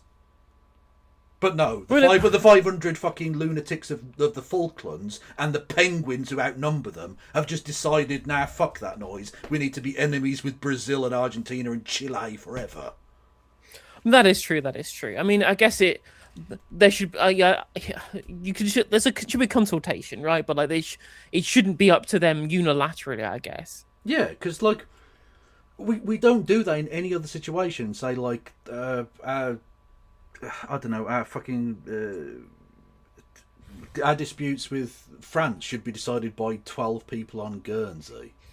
No, So true. Yeah. like yeah. that's not how it fucking works. Democracy doesn't just mean that one geographically isolated group of people get to decide for tens of millions of other people. You know, it's ridiculous. Anyway, the I mean, people. but where does that scale stop? Where does that scale stop in terms of relationships with the United Kingdom, right? Like, Yeah. Because I guess when it comes to the people of Northern Ireland or of Wales and Scotland, right? Like, Yeah. of course, larger constituents, but ultimately Well- we believe in their right to choose, right? Well, in a sense, Northern Ireland does have that right because of the Belfast Good for- Agreement, yeah. which literally has the border poll as a thing. So once it gets to 50%, they can have a thing where they can decide to rejoin Ireland if they want to. But that's a very unique situation. As long as there are not bombs going off in the Falklands, we don't probably have that kind of arrangement. You know. This visit might change some of the dynamics a bit. You've been emphasising the warmth between the two and that it would be in the UK's interests. Diplomacy is diplomacy, whether it's... Yeah, from as literally, the same government that are rolling back on devolution for the nations of Wales and Scotland are like, yeah, but 6 people in the Falklands need to decide for an entire nation. No, they fucking don't. the King, the Prime Minister, or our diplomats. And The same government. Oh, for fuck's sake! Did you see the Labour MPs want to roll back on the votes for 16 and 17-year-olds because they're going to vote Green? Literally. Democracy can go fuck itself. One of the very few pledges they made in the manifesto that they've said they're going to introduce, and they're like, no, we shouldn't do that because they might not vote for us, and we don't want to actually try and win their votes. We just want to stop Yes. them from voting. The pledge breaker strikes again. Amazing. Also, on top of this, like literally, Wes Streeting was on an LBC show. So I'd say he didn't think that Scotland had the right to choose. I'm just like, so what is it?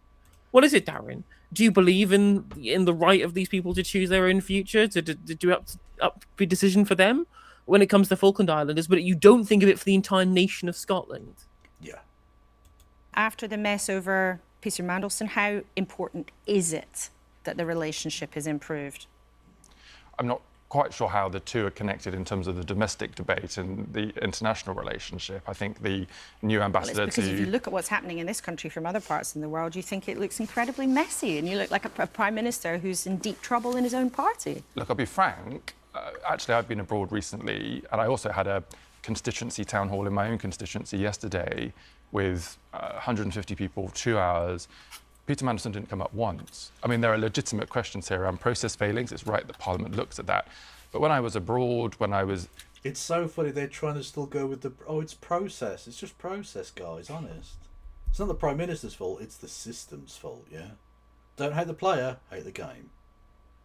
With members of the public here in the UK, people are more worried about the impact of the Middle East on their energy bills, about the functioning of the National Health Service, about giving their children or grandchildren the best start in life.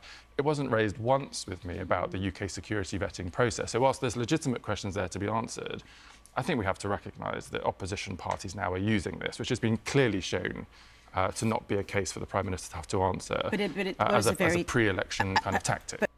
Well, no, he does have to answer, and will continue to answer. Like, this is ridiculous, Darren Jones. This is really sad to see that this is the line they're going with. There's obviously like a complete disconnect and bonker mentality in number 10. They're not... I mean, yeah, that is... Yeah. Yeah. But most...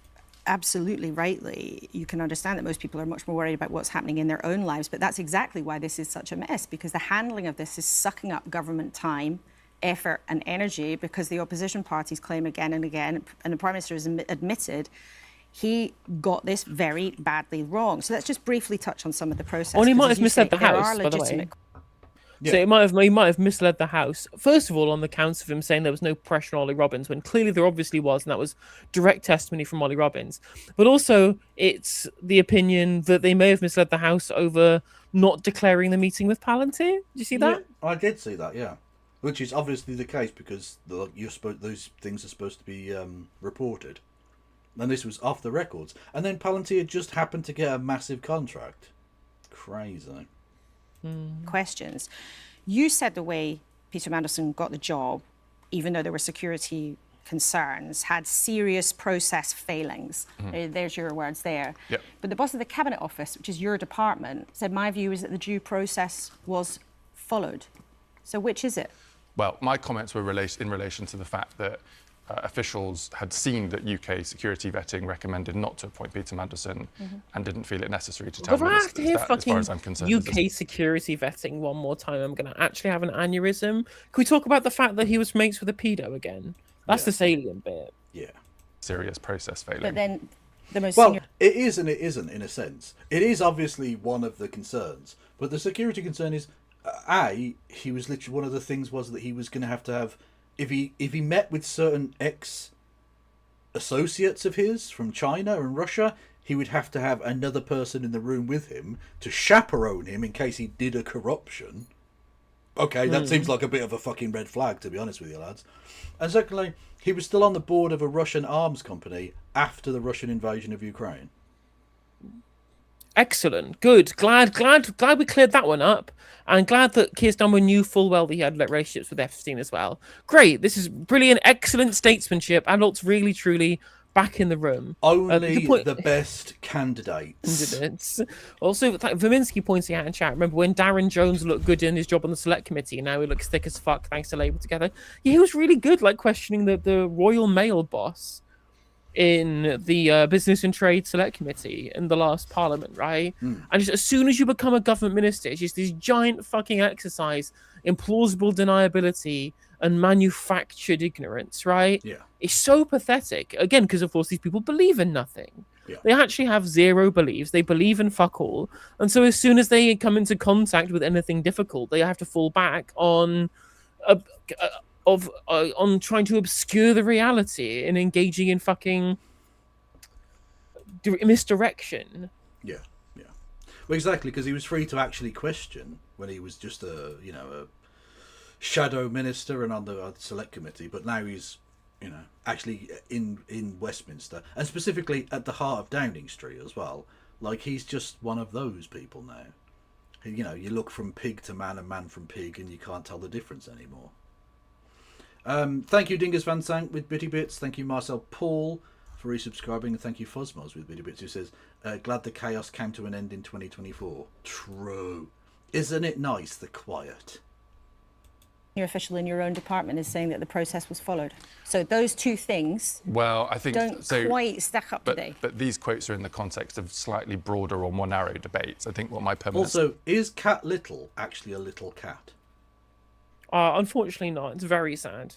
Luckily, there is an actual little cat. And he's called Larry. Larry is awesome. There's also Gladstone, who lives at number 11. I didn't know that. Yeah, there are two cats. But that's apparently he's like a very indoorsy cat. Whereas Larry, let's be honest with you, is a self-fucking publicist. Always out there for the cameras. Media slut. That's what Larry is. Clout chaser. The Secretary was talking about was that the established process from appointment to security vetting, the fact that in a business as usual appointment, security recommend... Oh, sorry, Fogel, I didn't see that you'd resubscribed. Apologies. Hitler. Are not given to ministers, but this was a different set of circumstances. This was a political appointment of Peter Mandelson to be the ambassador of the United States. Isn't that exactly the point, Those issues should have though? been raised. This is not about process, and while Westminster loves talking about process, this is about a grave error of political judgment on the part of the Prime Minister. Do you accept that? I think there are some key points here. First is the Prime Minister has himself acknowledged that he shouldn't have appointed Peter Mandelson. He's apologised for that. Yes. Right, and I don't care for his fucking apology. If you're that... Like, it's not good faith. This was obviously a Labour together, like, jobs for the boys situation. Very, very obviously. This wasn't like, oh, I made a mistake. No, you would have appointed him if it had come out that he'd murdered people. You literally argued that he didn't need to be vetted at all. Well, it's so frustrating that we continually hear this line, like this manufactured narrative that both the press and the politicians are buying into, that somehow he was picked for his political chops and his ability to curry favor with the Trump administration. I'm like, the Trump administration called him an idiot. Yeah. They Yeah, literally proper. publicly insulted him because they didn't think he was a good ambassador when he was replacing an ambassador that they already liked. There's no justification for this. Obviously, there isn't a justification for this. And everyone knows, and no one is saying this was payment for services rendered for his job that he did helping Morgan McSweeney and Labour together essentially destroy the Labour Party forever. Well, that's the question. If a genuine journalist would stop all this flip-flap about fucking, the vetting and the systems and all the rest of it, and just go, why did he appoint him then? Just ask him that question. Again. Why was he appointed? You don't even need to even ask about Epstein particularly. Just why? What was the point of that? What was the rationale behind it? Well, there's a really great moment when the shit all broke out on Question Time, and Ollie Dugmore was there, and he was just like, I'm not friends with anybody who's friends with any paedophiles, and I wouldn't want to be any friends with them. And I think that would be a mark on someone's character. But clearly, this is an opinion that is not highly regarded within the Labour Party in 2026. Not only is that an opinion not highly regarded, they're going to not just make him a man in Washington, this guy who's mates with a paedophile. We're also going to bring him back. We're going to fly him back to the UK every so often to advise us on cabinet reshuffles. And on top of that, we're going to allow him to select Labour candidates because we believe him to be a good judge of character. Yeah. And not even the only pedo they tried to get into ambassadorial roles. Or, should I say, friends of a pedo that they tried to get into an ambassadorial role. Yeah. Pedo adjacent. Yeah. So, that's a thing. Brilliant. Thanks. Thank you to 8DX, man. My Czech legend with 5 gifted subs. We're on a hype train. If we get to level 2 of the hype train, I will. I won't do anything weird and rude at all. True. Remember, of course, if you want to support the stream, then you can super chats, gifted memberships, patreon.com/NoJusticeMTG. Kevin's got Patreon as well. Make sure you support the streams, as me and Kevin cannot do what we do. We cannot rant over videos that you've already watched angrily without your funding. We are providing an absolutely inimitable public service, and we require your hard-earned money. Well, indeed. But I imagine that your difference between your audience and my audience is that your audience probably has watched this. Most of mine have not. I get regular comments from people saying, "I would never watch this shit. It's only fun when you shout over it." I mean, that's. Well, I was making this point actually to Aaron on Friday even. Sorry. When I was just like, yeah, Aaron like, Bastani, friend. well, people genuinely like no motherfucker would watch this shit. Yeah. But you put a little camera in the corner of somebody going, well, this is stupid, isn't it? And suddenly, golden telly. Well, because ultimately, what you want is someone like. I remember the Carl Pilkington thing about bullshit, man. Which was his idea of like what would improve life, is that every time someone was talking shit, a person would just appear and go, "That's bullshit," right? Just to like clarify for everyone that this is a lie this person is telling, and that's essentially the service we provide. You can watch Question Time or Laura Koonsberg with someone going, "Maybe good, sometimes that's maybe fucking shit." that's bollocks. This person's talking shit now as a kind of way of decoding the nonsense, Exactly. It's very frustrating to have Laura Koonsberg asking shit questions to a shit politician, Sometimes talking maybe good, shit in sometimes response, maybe shit. and not having someone go, "That's fucking bollocks. Stop talking shit." Yeah, to be able to decode the manufacturing consent, right? Yeah, exactly. Yeah. Thank you, Wayward. Who Sometimes maybe good, sometimes maybe shit. Of course, I never watched this show without you and Helena. I is American. Well, that is true. I mean, it's on the internet. I'm watching this on YouTube, so you could potentially watch it yourself, but you probably ought not to because it's shit. True. Also, thank you, Camry, for the 5 gifties. Appreciate the support. Yes. Thank you to the noises happened. Well, Cymru again, Welsh legend. With 5 gifted subs here as well. What a ledge. Honestly, you are doing socialism single-handedly. There are process questions, but actually the evidence of Sir Ollie Robbins, the questions that have been answered in the House in the past week, have made it crystal clear that when the Conservatives and other parties accuse the Prime Minister of lying or misleading the House, that is because it's true. He obviously definitively did. I mean, he just lies all the time anyway. Like, it's just when it comes to whether or not Ollie Robinson was told or told him, whatever, who cares? Has the Prime Minister continually lied about everything, including his own fucking breakfast? Obviously, he has, right? Yeah. Also, Vogel, are you trying to start a race war on this island? He says the Welsh, English but better. Like, True. Do you want people from the valleys to stab you up? Because this is how that happens. Just say, like, you can say better, but you've said English, so they've not listened to the last bit. They're already foaming with rage and are going to find you. It's just not true. There is no evidence of that. There is absolute, clear and definitive evidence of him consistently lying in the House of Commons and outside. And then you have to ask the question... Like, they're still doing this thing of like, oh, he's a man of integrity and honesty. Genuinely, maybe I lost my fucking mind. I had a meltdown when Liz, fucking 4% Liz said that last Sunday, right? Yeah. It was genuinely made me like absolutely fucking lose my wig. Just do you fucking dare tell me there's a man of honesty and integrity? Those are the least applicable words for Keir Starmer you could possibly have picked. He's the singular, most dishonest, the man with the least integrity ever to hold public office in this country, and I include Boris Johnson. Yeah, I was about to say, following on from Boris Johnson and Liz Truss and fucking the Prime Minister, I can't believe we've had a worse one. What next? Literally, what next? How can we disintegrate further as a nation? Elect a cheese sandwich? I don't know. At least the cheese sandwich couldn't lie, so it would at least be morally superior. I don't know. Literally so true. Also interesting, so we've got a fun week coming up anyway, at the very least, in terms of the story, because we've got Morgan McSweeney on Tuesday giving evidence to the Select Committee, somebody who's in the Foreign Office giving evidence who's going to apparently contradict the Prime Minister, and the Rent Boy trial starts tomorrow as well. Can't fucking wait, honestly. Literally. I support Ukrainians, including Rent Boy. No, actually, no. For legal reasons, I shouldn't say that, because I was about to say the T word, and not that T word, the other T word that's definitely illegal to support. Look, True, to be fair, Kevin, like where streeting hath decreed it is illegal to support trannies.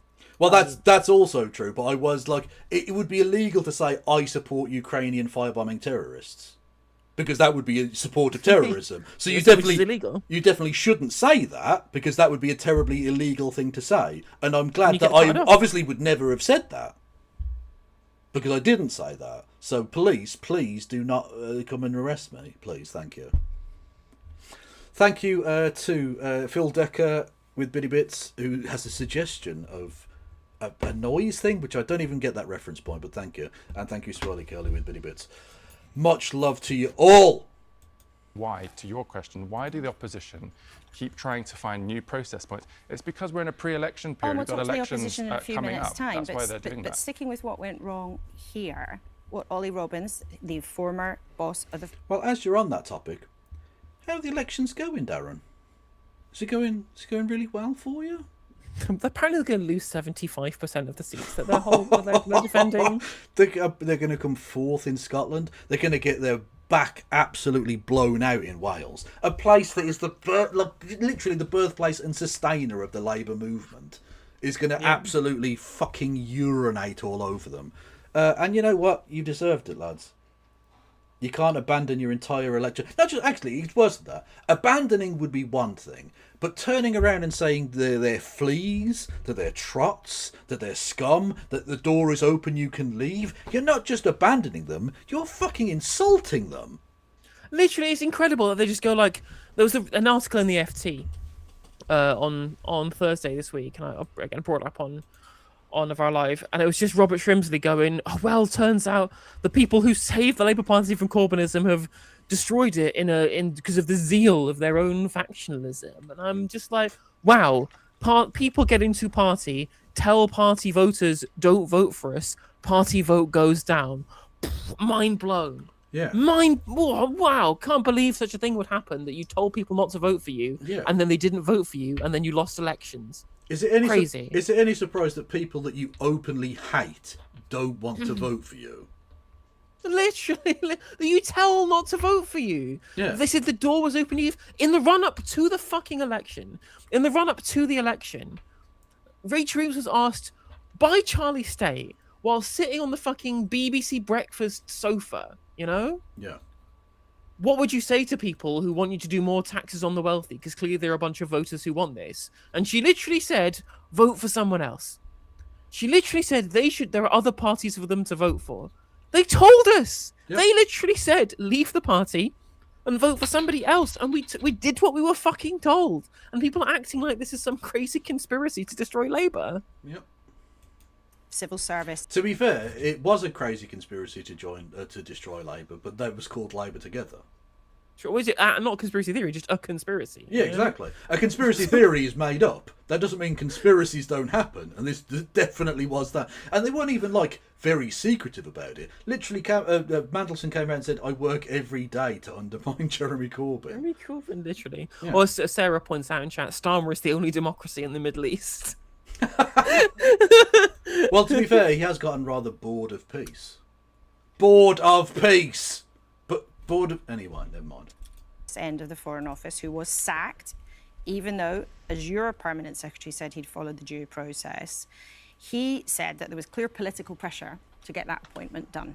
And that is about the political judgment of this operation. Do you accept, again, this is much more about political judgment than it is about any of the process minutiae? We're not arguing about the judgment because the Prime Minister said he made the wrong call. He's apologised for it. No one's trying to defend that decision. So that's kind of been put to bed. You then... No, it hasn't. You're being called the nonce party on the doorstep, mate. No, it has not. Move to these process points, which, as I say, have been dealt with this week. Did you send Peter Mandelson what was described as a warm message on the day that he was sacked, as has been reported? No, I was asked what was going on in Downing Street. I think by him? Yes, this was the week that I had just arrived as Chief Secretary. I don't think I even had an office at the time. And I replied along the lines of, I don't know what's happening, I'm not in the room, I'm sorry it all seems so difficult. And that was the exchange that I think has been referred to in okay, so you said, piece. I'm sorry it was so difficult, but you wouldn't describe what you said as a warm message. I wouldn't say it was warm and I didn't know what was taking place. I just felt that it was difficult at the time for everybody involved. Okay, I'm going to make a prediction. That text is going to come out word for word and it's going to be very, very warm. And he's probably going to have like a cutesy name for him, like Petykins. Do you know what I mean? It's Mandy. Yeah. Mandy. Little sweet pookie toots. Ooh. Like XOXOX. Exactly. Lol. A cute emoji. You know, it's going to be one of them.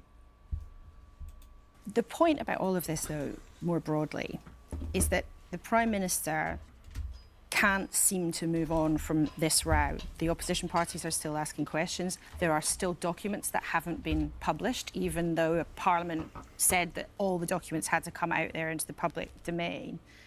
And the Prime Minister seems to keep sacking people for his mistake. That's not a good look, is it? Well, firstly, on the documents being published, they will all be published. The reason they've not been published yet is because part of the process is they have to go through a committee in Parliament before they can be published. Right, but this is the lie you're now telling, because the members of that committee have said you have not sent them those documents. So it's not a matter of them going through that process, because if you remember, this the minutiae of it all, they tried to make it so that the humble address had an amendment to it, which meant that they could just basically choose which documents they wanted to reveal, which would have made it basically pointless. And then they said, no, the opposition parties came back and said, no, you can do it through the Foreign Affairs Select Committee, or whatever policy thing it is in Parliament, right? And so any documents that were nationally sensitive that couldn't be out there in the public would go before those people, including obviously Tories and opposition MPs, so it wouldn't be like a Labour stitch-up. And literally, one of the members of that committee this week stood up in the urgent question on this topic and said, "You haven't sent us the documents. We don't have Obviously them." not. So he's just lying. He's just lying. They don't want to reveal these documents because they know it's going to make Keir Starmer look like a terribly lying, evil bastard who was okay with nonsense. Wow, a member of Keir Starmer's government being deliberately dishonest? I don't believe you. publicly, and that process hasn't completed yet, and it's important that we do that. It hasn't started yet. You haven't sent them the fucking documents. I mean, in a very literal sense, it hasn't finished because it hasn't begun. Yes, that is. I mean, technically, he's not lying, but there's a certain omission to it. Let's be honest. All those documents will be published because there is nothing to hide here. But you're right, it's frustrating when I wonder if someone's waiting for certain election results to happen first, and then you can reveal the documents because it doesn't matter because you're not seeking people's votes anymore. So much time being spent on this, especially in a week when the Renters' Rights Act has come in to protect people in insecure housing. The Employment Rights Act is supporting vulnerable people on 0 hours contracts. The NHS waiting lists are down to the lowest in 3 years. We've even seen government borrowing falling, and we're having to put a lot of work in now to try to understand the impacts of war in the Middle East for people here in the UK. And we'll come to that in a second. And that's the work that government is focusing on. We'll come to that in a second, because that really matters to people watching. But the opposition parties want there to be an investigation by a powerful watchdog in Westminster. It's called the Privileges Committee. There could be a vote on that. It's not remotely powerful. It's the one that essentially got Boris Johnson ejected, right?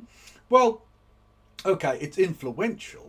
But in terms of its actual powers to do anything, it's pretty toothless. That's true. That's true.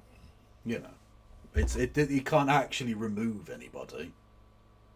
It's pretty useless in that respect. Anyway, I mean, what I will say is, after all of this shit, right? Given everything that's happened, and if it is, you know, given he could literally get found to have deliberately misled the Commons in terms of the comments about Ollie Robinson and the pressure that was put on him, despite that directly contradicting him. Yeah. Honest, after this, I don't just want him gone as Prime Minister. I want him thrown out of the fucking Commons. I want this guy out of politics forever. It demeans the Parliament to have this guy continually in it. Yeah, no, that's absolutely true.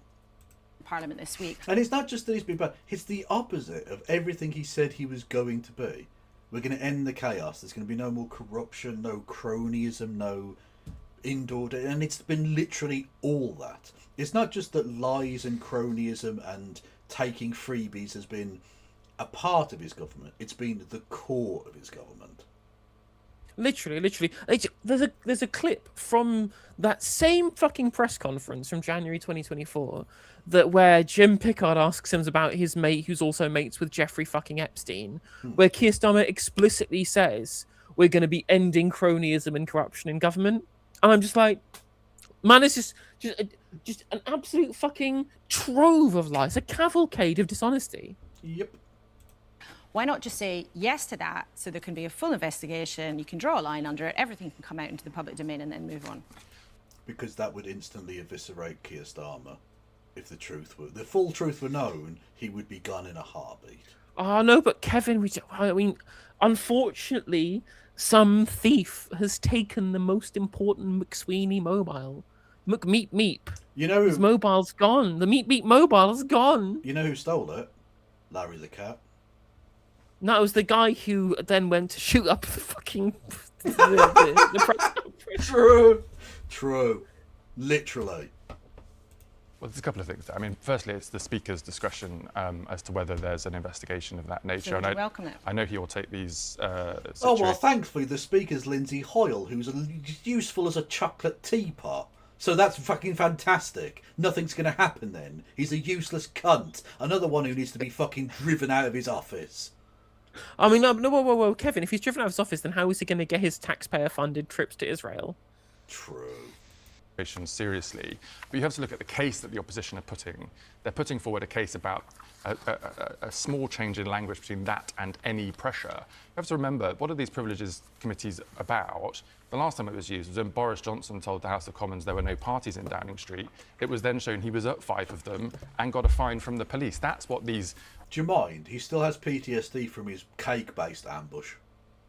Okay? True. You have some respect for this man who's been through the ringer, honestly. Is it any wonder he is withdrawn from public life, given that he had to see Tories partying and being happy? It would drive me mad. Yeah, processes honestly. are in place for. So the opposition are just using tactics to try to distract from the fact that the government is doing good work in this pre-election period, trying to... Oh yeah, it's doing such good work. Let's look at the polling. Let's look at the polling and see how fantastic it's going for you, Darren. The fantastic work you're doing, making everyone's lives super and awesome. Remember when I mentioned before how they're going to potentially lose up to 75% of their seats on current projection? That is the record's worst ever performance at a set of local elections for an incumbent government. Do you know who currently holds the record? Arthur Balfour. No, the current record holder is Keir Starmer in 2025. And that was like a year after he'd been in office. He'd only been in office a year and he broke the record. And he's like the Usain Bolt of losing elections. He keeps breaking his own record without even trying. But he's made Labour electable, Kev. He's not even. He's not even dipping for the line, and he's smashing his record. To deliver on a whole range of But there issues still to are support differing people across the country. interpretations of exactly what happened. So wouldn't it be the right thing just to have it, say, fine, investigate it, be But completely what are the scrupulous? interpretations? I don't think there are. Well, the opposition party, we'll talk to them in a second, but would you try and block this happening? Would you tell your MPs to vote against it? They've got to lay their case, but as far as I understand the case, there is no case to answer So here, would you and they're tell just Labour playing MPs silly to games. vote against it? Literally, this is the governmental equivalent of it's not an issue. Literally. I mean, they just. It is funny how the rhetoric between the Labour Party frontbenchers and the hat guy, just identical, fucking identical. It's not an issue. It's fine. Yeah. Oh, but the Green Party are never going to impose any electoral consequences on Labour. They'll never impose electoral consequences. You know what, Queen? Continue that victory lap. You've earned it. Honestly, I just feel like a political savant. What have I predicted that I've gotten wrong, chat? What have I predicted that I've gotten wrong? Just honestly, you know. Yeah. My predictions I did on the Sunday roast with Political X and Madge, right? Yeah. End of the year, right? Keir Starmer will have been replaced. Loads of Dems will have lost all of their incumbencies in the primaries, and George Russell's going to be the World Drivers' Champion. I called it then. I'm still going to call it. Fair dues. Decision for the Speaker is for him that needs to decide whether this is something that goes ahead or not. Okay. Do you want to apologise to Labour activists who are trying to campaign when the centre of government is in such a mess? One of your colleagues... Literally, they're being called nonces on the doorstep here in Brum. It's been reported. Like, literally, people are going, "You're the nonce party." Which, to be fair, there is a lot of nonce adjacency going on. That is very true. And also, I will say to those Labour activists, right? All those Labour activists that continue to support Starmerism and haven't tried to oust the Labour Together fucking conspiracists in charge of the party. You got what you fucking wanted, mate. Yeah. You got what you wanted. This is what you wanted. You wanted the adults in the room. You wanted the grown-ups in charge. You wanted the Trotskyists expelled. Oh dear, you've shaken off the fleas. You got exactly the sensible grown-up briefcases from the Fabian Society in charge, and your party's in the fucking toilet. Well done, mate. I hope you enjoy unemployment. Are you telling me that the political philosophy of Richard Osman isn't massively popular? No, it is not. That's not popular. Neither is the. Here he is electoral... in the middle, waiting for a sensible centrist party to form with you. And on top of this, I would also like to make it abundantly clear that, unfortunately, Keir Starmer isn't going to advance the class struggle because, unfortunately, I do understand social democracy from a Marxist perspective. Oh no. Oh no, Paul, mate, what's wrong with your fucking head? Have you ever met a more obvious psyop in your life? Like what from the UK's most famous Trotskyist? Exactly. Actually, on that point, has there ever been a Trotskyist who didn't turn out to be either a fucking fascist or a government operative? Literally, so true. The only Trotskyist who didn't end up like that ended up with a fucking ice pick through his head. So just true. saying. Said to me this week, it is impossible for us to make an argument when the news agenda is being dominated by the Mandelson mess. Yeah, look, I mean, I get that that's frustrating. I've been campaigning. Do you want to say sorry to them? Well, I've been campaigning all across the country with colleagues, and I know how hard. No, he doesn't want to apologise to them. Is the answer to your question? He's not going to do that now. That they're fighting in these midterm elections, and I know that midterm de-Yankify now. I'm having none of this midterm shit. Also, have you ever met a fucking Yankified party than the fucking Reform? They want to have pictures of the King and the national anthem played in every classroom in the country. What kind of Yank shit is this? I mean, Matt Goodwin was literally on GB News saying that we should let America decide our laws for us. Unbelievable. Well, I'm so glad we got our sovereignty back. Brexit means Brexit. This is not the Brexit I voted for means Washington making our laws. Fuck yes. I mean, that was the Election's gonna Brexit that always was. Difficult for the party. After a run of 4 or 5 years on the upside of the curve, you know, people know that these are going to be challenging, and this latest round of issues has made that slightly harder. The one thing I would say, though, as I said, I was particularly taken yesterday on the doors in South Wales, in my own constituency, with hundreds of constituents who could ask me a question about anything they wanted over... Hang on, he's an MP in Wales? Is he? Well, unless he misspoke. He said, I was in South Wales in my own constituency. Oh, yes, he's Bristol North East, right? Darren Well, I mean, Jones? it's only just across the fucking across the bridge there, but okay, he must have misspoke then. I was like, I'm sure he's not fucking like his surname's Jones, but he's not actually Welsh, is he? No, he's Bristol Northwest. Okay. Yeah, yeah, like it caps off a Portishead, right? Yeah, yeah. Because I like that they made the building of a bridge turned Cardiff and Bristol into neighbours, basically. Because previously you had to go all the way up past the river and all the way back, whereas now you can commute between the two. It's very good. Also, what's probably like, despite how posh Darren Jones is, he literally grew up in a council house. Okay, but was it pebble dashed? And secondly, was it a summer? Because that's the ultimate in working class growing up. To be fair, I mean, it is basically the case in most Labour MPs that they actually bash the working class nature out of you. I mean, we've all heard Bridget Phillipson speak, and just, like all of the Mackham twang's just fucking gone. It's really depressing. More Newport and Bristol. No one cares. Stop it with your small geographic distances, you knobheads. Okay? And if anyone points out that Birmingham and Wolverhampton are that close, I'll knock you the fuck out. Shut up. The course of 2 hours, not one person mentioned this, not one. What they're really interested in is what this Labour government is doing to improve public services and improve their quality of living. And that people are finding it very tough right now, and things might get harder as the conflict in Iran seems to be unresolved. There aren't any talks going on. We know that government is trying to prepare for the worst, but can you be really upfront about the kind of problems that we might face? Might there be gaps on supermarket shelves in the coming months, for example? So we've started to look at this in a lot of detail inside government. I chair this process on behalf of the Prime Minister. There is no denying there's going to be some economic impact as a consequence of what's happened in the Middle East. We're seeing that already. Inflation had gone up as opposed to down. That was driven predominantly by energy bills because of the blockade on energy coming out of the Middle East. We have been working through systematically different potential points of pressure, from jet fuel to diesel to carbon dioxide and other processes, to make sure that we... But thankfully with the jet fuel situation, we've got 2 Quangos on it, so it's all good. Okay? Jet Zero. So true. I mean, at the very least, I hope that I can still have my £15 flight to Mallorca next month.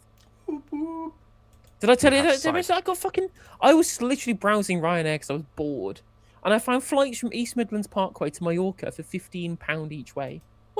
How is that allowed? How am I in a position to be able to spend so little on a fucking flight? Well, because they just need to fill the seats, don't they? I mean, that's basically true. I mean, literally, it's cheaper for me to fly to fucking Mallorca than to get a train to Birmingham. Oh yeah, absolutely, 100%. Yeah. Crazy. This is not okay.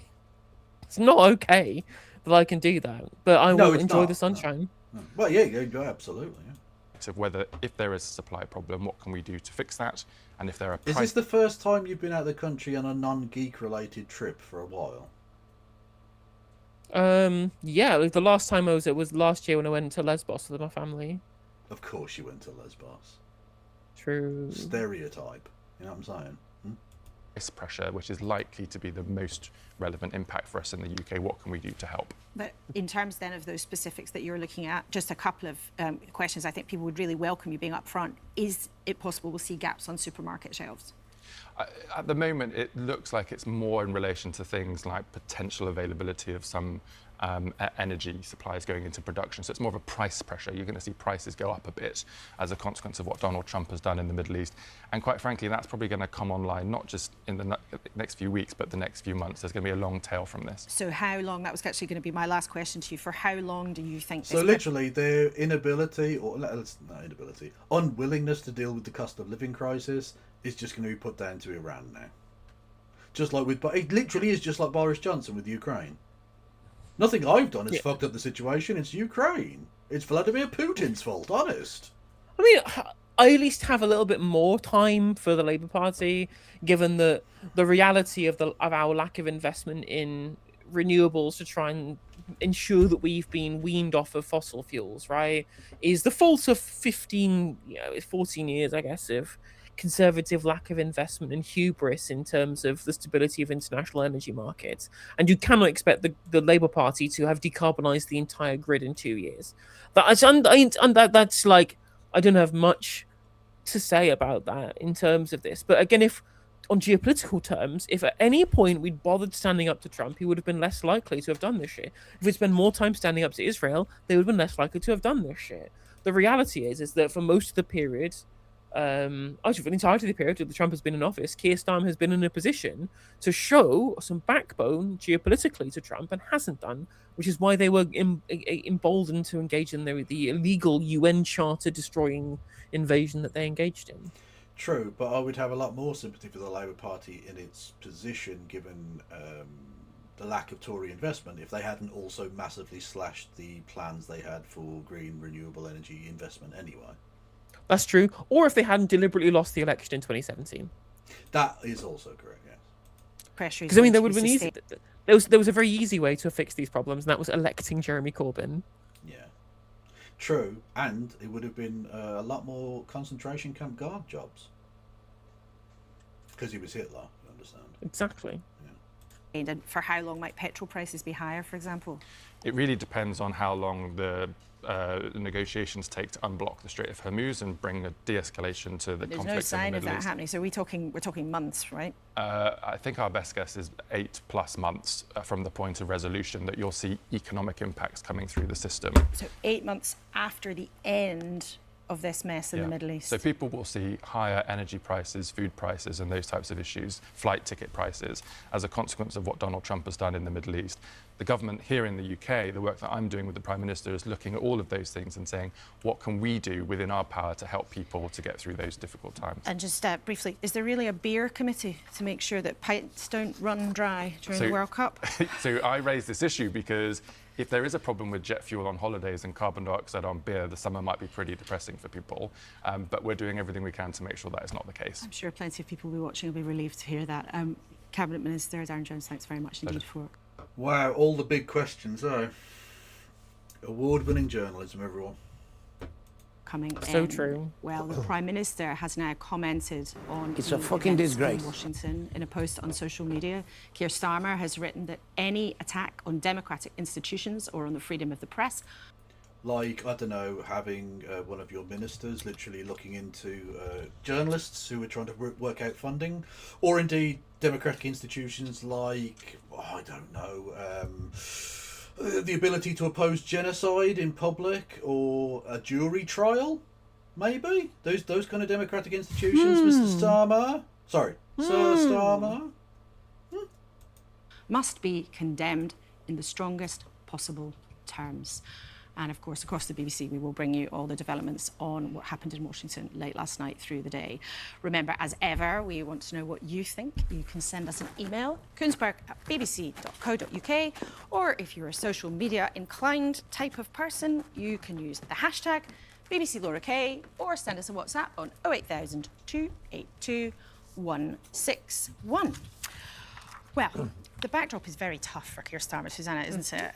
What did you think of what Darren Jones had to say? I mean, he said it's all Mandelson, it's all done, nothing to see here, it's just the opposition playing silly games. Yes, and I'm sure Sir Keir Starmer will commend him for his loyalty, because I have to say, this week we've seen almost the visual unhitching of wagons to Sir Keir Starmer as the Prime Minister from other members, I would say, of the Cabinet. There was a moment on Good Morning Britain this week where I was interviewing Ed Miliband, And I pointed out that the Prime Minister already had a due diligence report on Lord Mandelson before he appointed him as US Ambassador.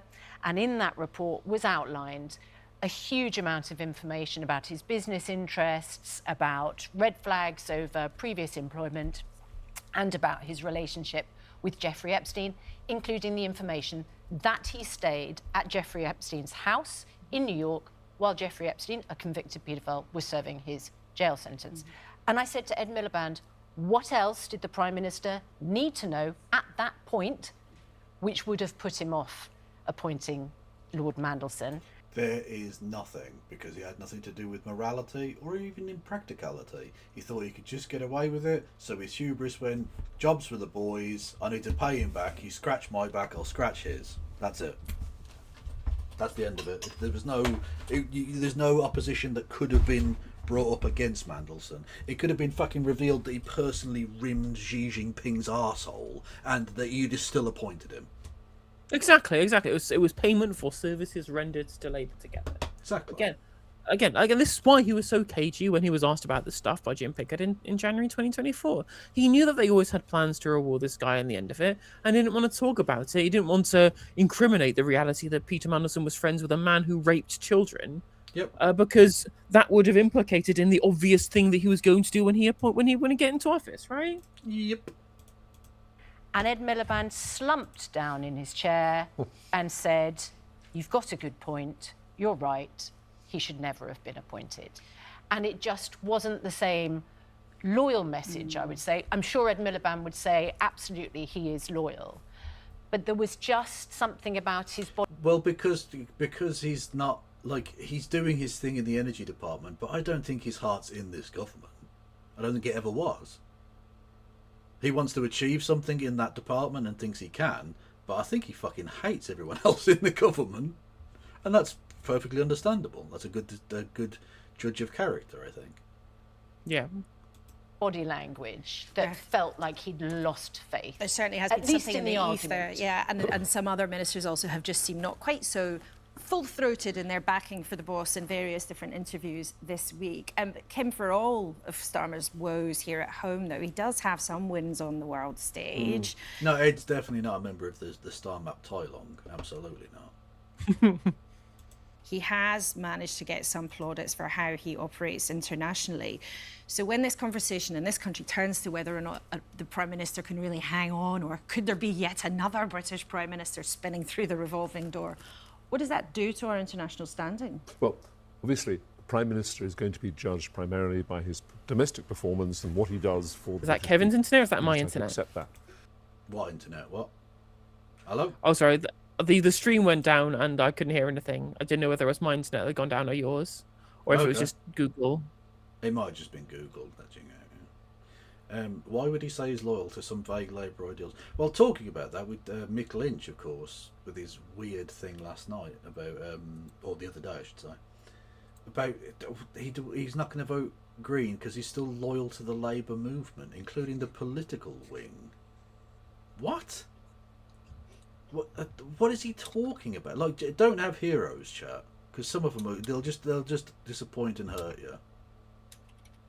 Don't do it. The reality is, though, Laura, that in my experience, my 40-odd years in the Foreign Service, the UK is listened to and has traction on the international stage when the economy is strong and when the government looks stable. And those years I was in Washington at the time when the Tories cycled through, was it three or four prime ministers, we looked like a shambles, and people would say to me, what on earth is going on over there? And if we get into a position where we change the Prime Minister again in short notice, we will look a bit shambolic again, and people will... Whereas it currently looks awesome, and everyone thinks we've got our shit together. Are you for real, mate? Like, literally, the whole thing is Peter Mandelson, nonce boy, ambassador, corruption, and the economy's shit. But I'm sure this is a beacon of stability internationally, right? Yeah, no, we're super well respected right now. Yeah, absolutely. This isn't the Britain that they had come to know and respect for its political stability and reliability. Especially at a time of such turmoil. Exactly. That is I mean, gonna you've got Ukraine, you've got the Gulf. There's a lot going on in the world. Brian, can you... When is there not a lot going on in the world? Is there ever been a time when the politicians were like, it's actually pretty chill right now, now we're good? No, there's always some shit going down somewhere. Even in the post fucking Cold War era, you had like the Yugoslavia disintegrating into fucking bloodletting. That happened. Then you had fucking terrorism and 9/11 and Iraq and fucking Afghanistan. But there's always something going down. It's not an excuse to just be like, oh fuck it, we shouldn't get rid of this corrupt piece of shit because there's a war happening 1,000 miles away. Well, exactly. That is especially now that there is an extended ceasefire in Iran, right? Like, that is the war that is directly impacting us the most. And now that that's basically quieting down because Trump got bored, as far as I'm aware from the leaks, right? That Trump stopped because he was bored. Well, and not just that, but this might be, ironically, the most stable thing that could happen given the current circumstances, because there isn't a deal in place and there isn't going to be soon. So technically there's still a war happening, which means Benjamin Netanyahu gets to stay. So he doesn't need to start a new war quite yet. So like that might be the most peaceful this situation gets for a while, I think. Because as soon as there's a peace deal, Benjamin Netanyahu needs a new war. This Mandelson saga, I mean, it's got more drama in it than some of the movies what I and things you've been in. What I find extraordinary is he was asked on several occasions, and he didn't ever answer, why did he choose Mandelson in the first place? That's what I would have liked to know. There was no clarity about that. And, you know, because that's the big avoidance. He never actually got in, why did he choose Mandelson to start with?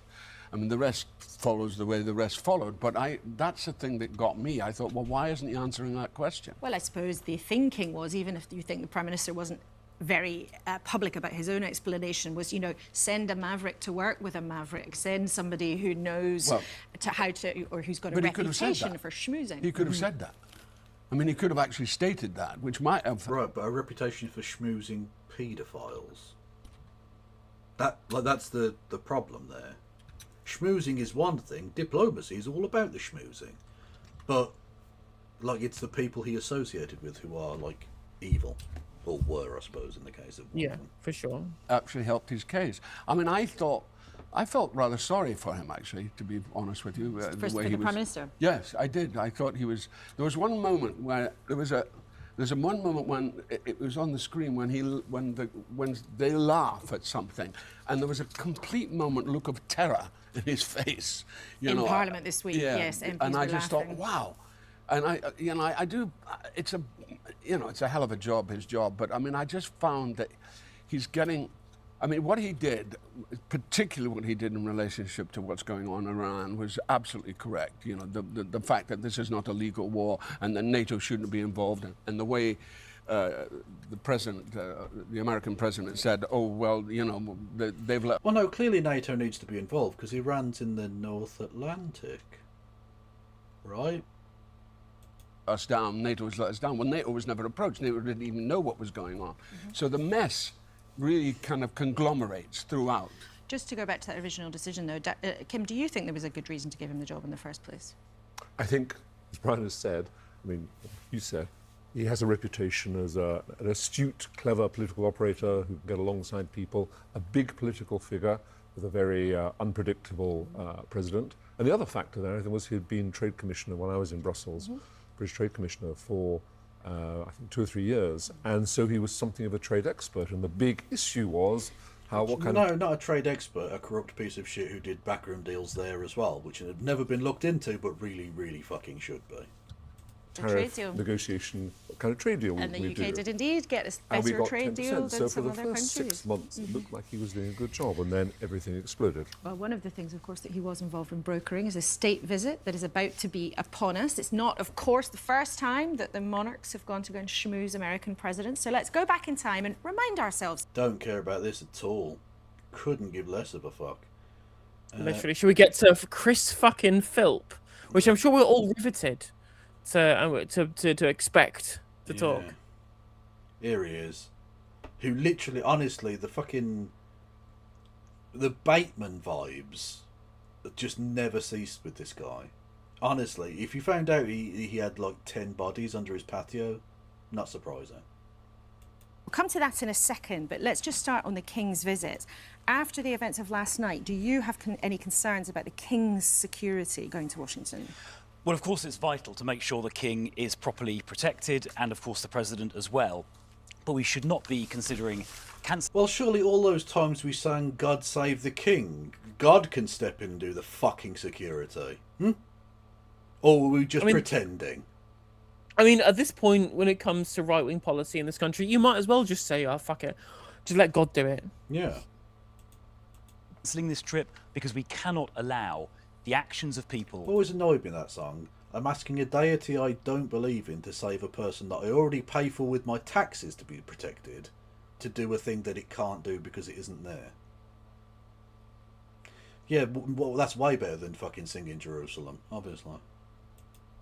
Perpetrating acts of political violence to stop politics and diplomatic relations carrying on as normal. So, of course, there needs to be more security, but the trip should absolutely go ahead. Do you think that this security should be stepped up? I mean, Darren Jones hinted that the government... That's the point. He did a Pearl Harbor joke with the Japanese Prime Minister. What could he do with the King that would be similar? Burning down the White House joke, maybe? Actually, that would be based as fuck, to be honest. I don't know, a 7-7 joke or something, I don't know. Yeah. I hope you didn't travel here by one of those buses that exploded. Be looking at it again in the context of what's happened. Well, it should be urgently reviewed overnight. I mean, security arrangements for these visits are very, very tight ordinarily, but they should urgently review the UK services as well as the Secret Service. Yeah, if you commented on his hands.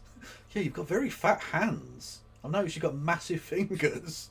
Char. If he called him Chuck, that would be hilarious. Review it again, afresh, just to make sure that there are no loopholes. He did a Blitz joke. That would be amazing. At all. One of the things that may or may not be raised by the King in private is the reports that the US is reviewing. If he said something about his mum being dead.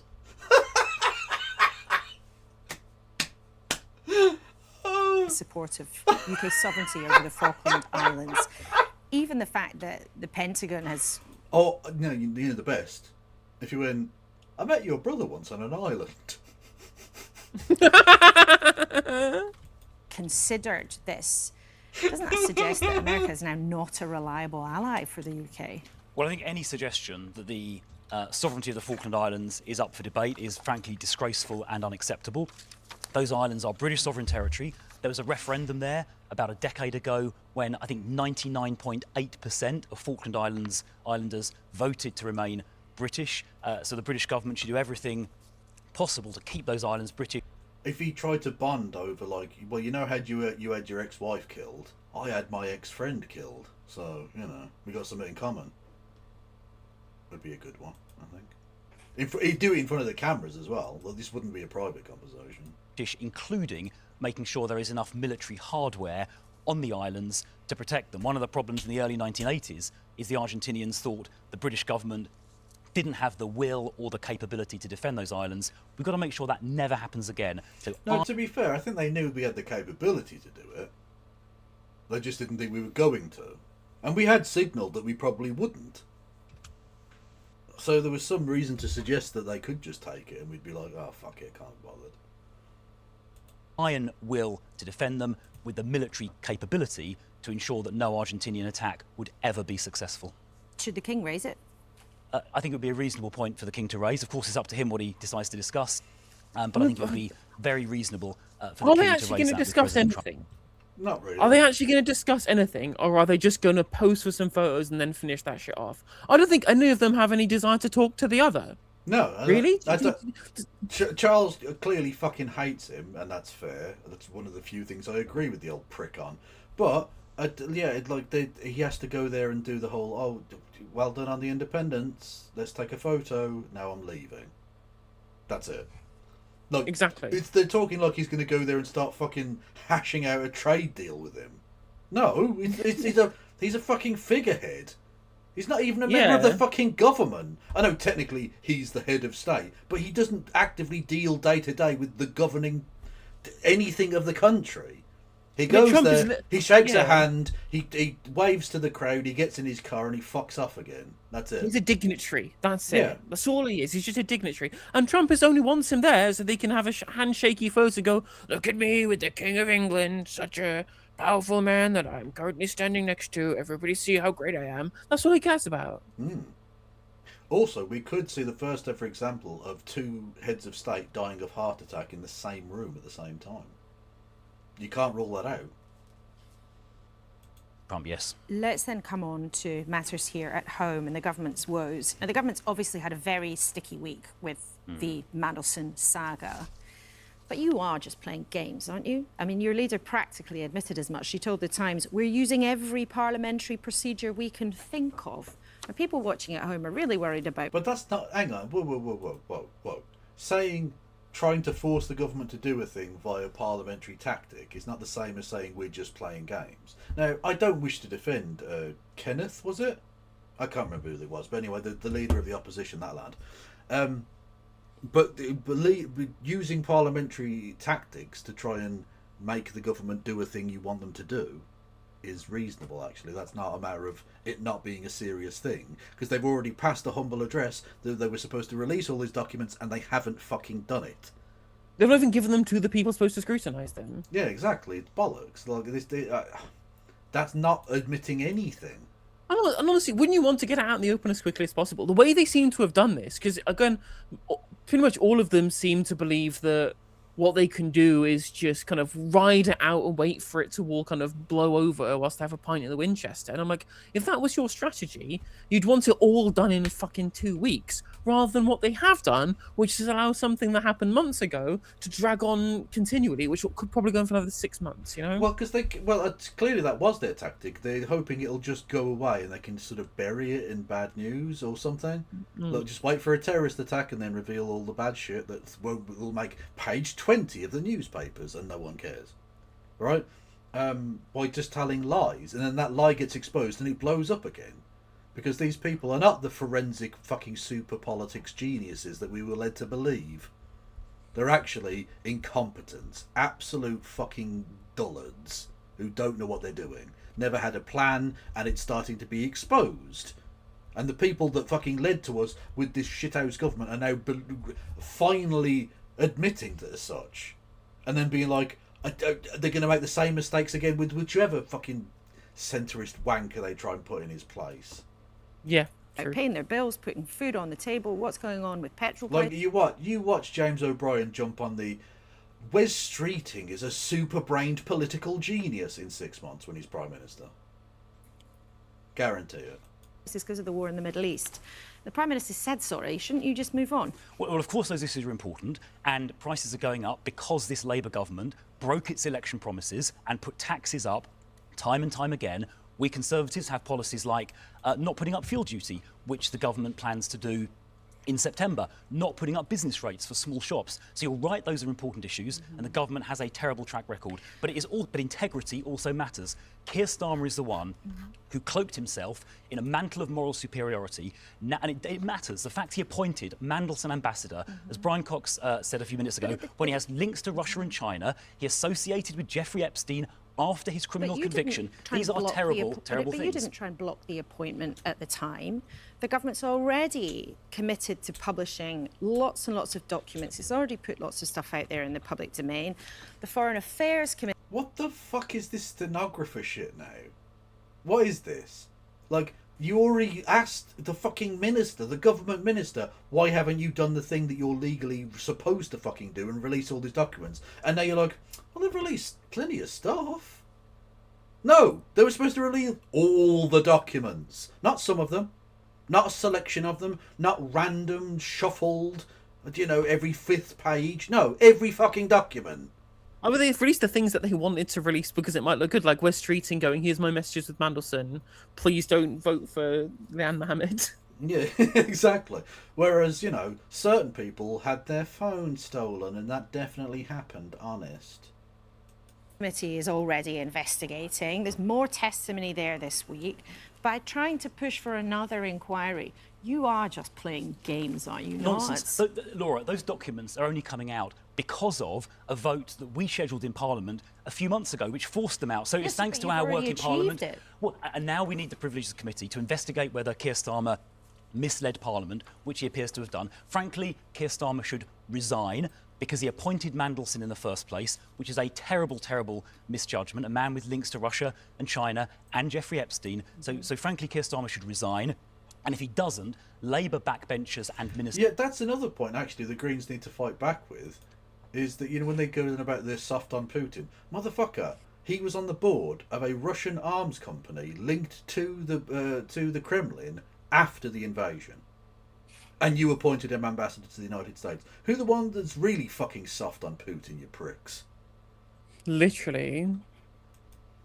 Should develop a backbone and get rid of him. And we've already seen people like Ed Miliband and Pat McFadden equivocating. We've seen a couple of Labour MPs, Graham Stringer, I think a guy called Jonathan Bash, come out already calling on Starmer to go. So frankly, in the national interest, Labour MPs should get rid of him. And as an opposition politician, of course you would say that. But just briefly, do you still think, as you said at the beginning of March, that Sir Keir Starmer's decision not to back the US... I'd say, like, in a way, it might be better in the interest of the Tories for him to stay, because he's an electoral asset to them. But it doesn't really matter, because they're going to lose seats left, right and centre because they're the Tories. So it doesn't matter who the Prime Minister is, they're fucked. They're not Well, it is going to be, yeah. They're not going to be the opposition anywhere anymore. I mean, it is quite funny. The Tories just pretending that they're still kind of relevant. Yeah. Like, actually still relevant. I'm like, no, you are significantly irrelevant the more time goes on. To be fair, Kemi did do pretty well with the spotlight these last couple of weeks. She did pretty well in trying to, you know, raise the saliency of the issues, and she's pretty good at the dispatch box. Has that translated into actual votes? Well, no, because people don't want the absolute kind of fucking shit she's like the slop that she's putting down. I'm picking that shit up. Conflict in Iran was a disgrace. That was your word. Well, I think he should have allowed the US to use air bases because we have a long-standing... He did. He is. He prevaricated for like 6 days or something. Who cares? Security partnership with America. Wow, he didn't cock himself immediately. He delayed the cocking, and that's bad. And that is a two-way street. You know, we work together on Europe's defence, for example. I don't think we should have joined in ourselves and sent our own planes, but we should have allowed them at least to use So do you the still bases. think it was a disgrace? Yes, I think it was. Yes, we should have allowed It's a the fucking Americans disgrace. to use those air bases, RAF Fairford Hey, and Diego. I got to use it. A fucking disgrace. Fuck yes. Well, but literally, it's just so funny to me how, like, even the lukewarm dick sucking It's not enough. Keir Starmer gave to Trump is not good enough. Yeah, not at all. Thank you to Fuzzmods with bits who says swaying back and forth in the corner of the room, repeating strong and stable, strong and stable. True. And Well, literally, like any, I mean, Starmer supporters are identical to Theresa May supporters, and probably all the same people. yeah, literally, yeah. Thank you, Kieran Kinsella, with a gifted membership on the YouTubes as well. Garcia, I think, being the two ones specifically, we should have allowed them to use those bases, but I don't think we should have joined in ourselves. The government, the Labour government here, also made a huge mistake by not putting in place military assets to protect our Gulf allies and indeed Cyprus. In fact, they took a ship out of the Gulf in January. They failed to send a destroyer to the Eastern Mediterranean, leaving Cyprus undefended and leaving our Gulf allies exposed, which, by the way, I've spoken to quite a few people in Gulf states in the last 4 weeks. They are very, very unhappy and feel let down that we, the UK, haven't been present. Oh no, a series of fucking undemocratically elected emirs and sultans aren't happy with us. Okay. And? Am I supposed to give two fucks about that? To defend them, or help defend them, against the attacks from Iran. Well, there has, of course, the government has been taking part in defensive action, which is the distinction they use. But Christopher, we're out of time, but always good to have you with us on a Sunday morning. Thanks very much indeed for coming in. Now then, here is a pub quiz question. What is probably the most successful election-winning machine in the Western world? The answer? The Welsh Labour Party. You might not have known that. But it looks like the historical rule that saw them win again and again and again is likely to be broken. I mean, in terms of actual elections, if you count previous iterations of the Conservative Party as the Conservative Party, just the different names, the Conservative Party is the most successful ever in the history of humanity. Well, true, but I think the point is that over a distinct geographic entity, of which Wales is one, even though when it didn't have its own parliament, it has elected Labour politicians as long as the Labour Party has existed, and has been like the predominant force in Wales. So I know what she's sort of saying. It's questionable depending on where you put the parameters, but yeah, either way, phenomenally successful. Wales and the Labour Party are politically inextricably linked for the last century. In one of the huge set of elections in 10 days' time. It's Reform and the Welsh Nationalist Party, Plaid Cymru, who are battling it out for power, as we heard again and again in the... Honestly, look, the Labour Party in Wales need to step down and stop being vote-splitting wreckers. It's a fact. Yeah, the only reason, the only way in which the only party they're serving currently is Reform. I mean, literally, there was a by-election in Cornwall. Labour got like 5% of the vote, and the Greens finished 4% behind Reform. Like, it's student politics. Honestly, they are putting their luxury ideology. Yeah, exactly. Yeah, this is above sensible pragmatism. You know what it is? Student politics. It's student politics. The sunshine in Wales this week. She's got a uniform on for a political visit. Hi, Viz. She's got a hard hat. Oh, not Swansea. Oh, I can't be dealing with you fucking jacks. Jesus Christ. I used to do a decent rendition of Angels by Robbie Williams. Hello, Laura. Hello. Hiya. Nice you. Very nice to meet you. Alright, but just because his surname's Williams doesn't make him Welsh. That's not how that works. Line up the willing victims. Political leader. There's a casual chat. Every single leaflet I've had through my door, they all say the exact same thing. Hi, Anthony. I'm not going to talk about the relationship. I've made it really, really clear. Welcome to Wales. Gorgeous in many parts, but there are a lot of challenges too. And politically, Wales is unsettled. The control that Labour's had forever over health, housing and transport looks decidedly shaky. And now we found our way to Swansea city centre. Now we've just got to find the First Minister. All right, how are you doing? Yeah, very... Honestly, Swansea is the Wolverhampton of Wales. I'm just putting it out there, okay? Go Scarlets, is all I'm saying. Very nice to see you too. So we're just going to have a quick chat about what the building's about and what have you. So she's got a uniform on. Hi, Viz. She's got a hard hat. This looks like a normal political visit, but there's nothing normal about what's happening to Welsh Labour right now. They are in deep, deep trouble. And That's not true. Death happens all the time. That's the most normal thing in the world. And they're dying. You know, it's perfectly reasonable. I don't remember a campaign before when a party leader, the First Minister here, has even admitted they might lose their own seat. Well, I think there's a lot to be proud of. You know, just this week we've had waiting lists come down for the 9th month in succession. This week we've also heard that unemployment rates in Wales are lower than they are in England. So the plan is working. What I'm really worried about is that our costed deliverable plan could come to a halt if we're not re-elected. This week, the Welsh Government... When you are not re-elected. Missed lots of its NHS targets again. Many people are really concerned about things going badly wrong in the NHS in Wales. If you look at where we were at, they've come down from the peak of the pandemic by 90%. I think that's a proud record. How worried are you about what might happen in this election? I mean, it's unusual. You even admitted your own seat is in danger. Oh, listen, I've always stood in... That would be hilarious. That would be really funny. Marginal seats. I'm up for the challenge. I'm a fighter and I'm keen to fight. And I will fight. I'll fight for my constituency, but more than that, I'll fight for my country. This election is about... I love... These two don't need hard hats because there's nothing to protect. Oh my... Honestly, I have the biggest fucking, like claws out kitty fucking bitches in my chat. I love it. About Wales, it's not about sending a signal to anyone else. Is Keir Starmer going to be Prime Minister by the end of this year? Well, look, that's beyond my decision making. That wasn't a yes. Yeah, that's not even lukewarm support. That's not even saying yes or no. Just, I don't know. That's not. I don't deal with that.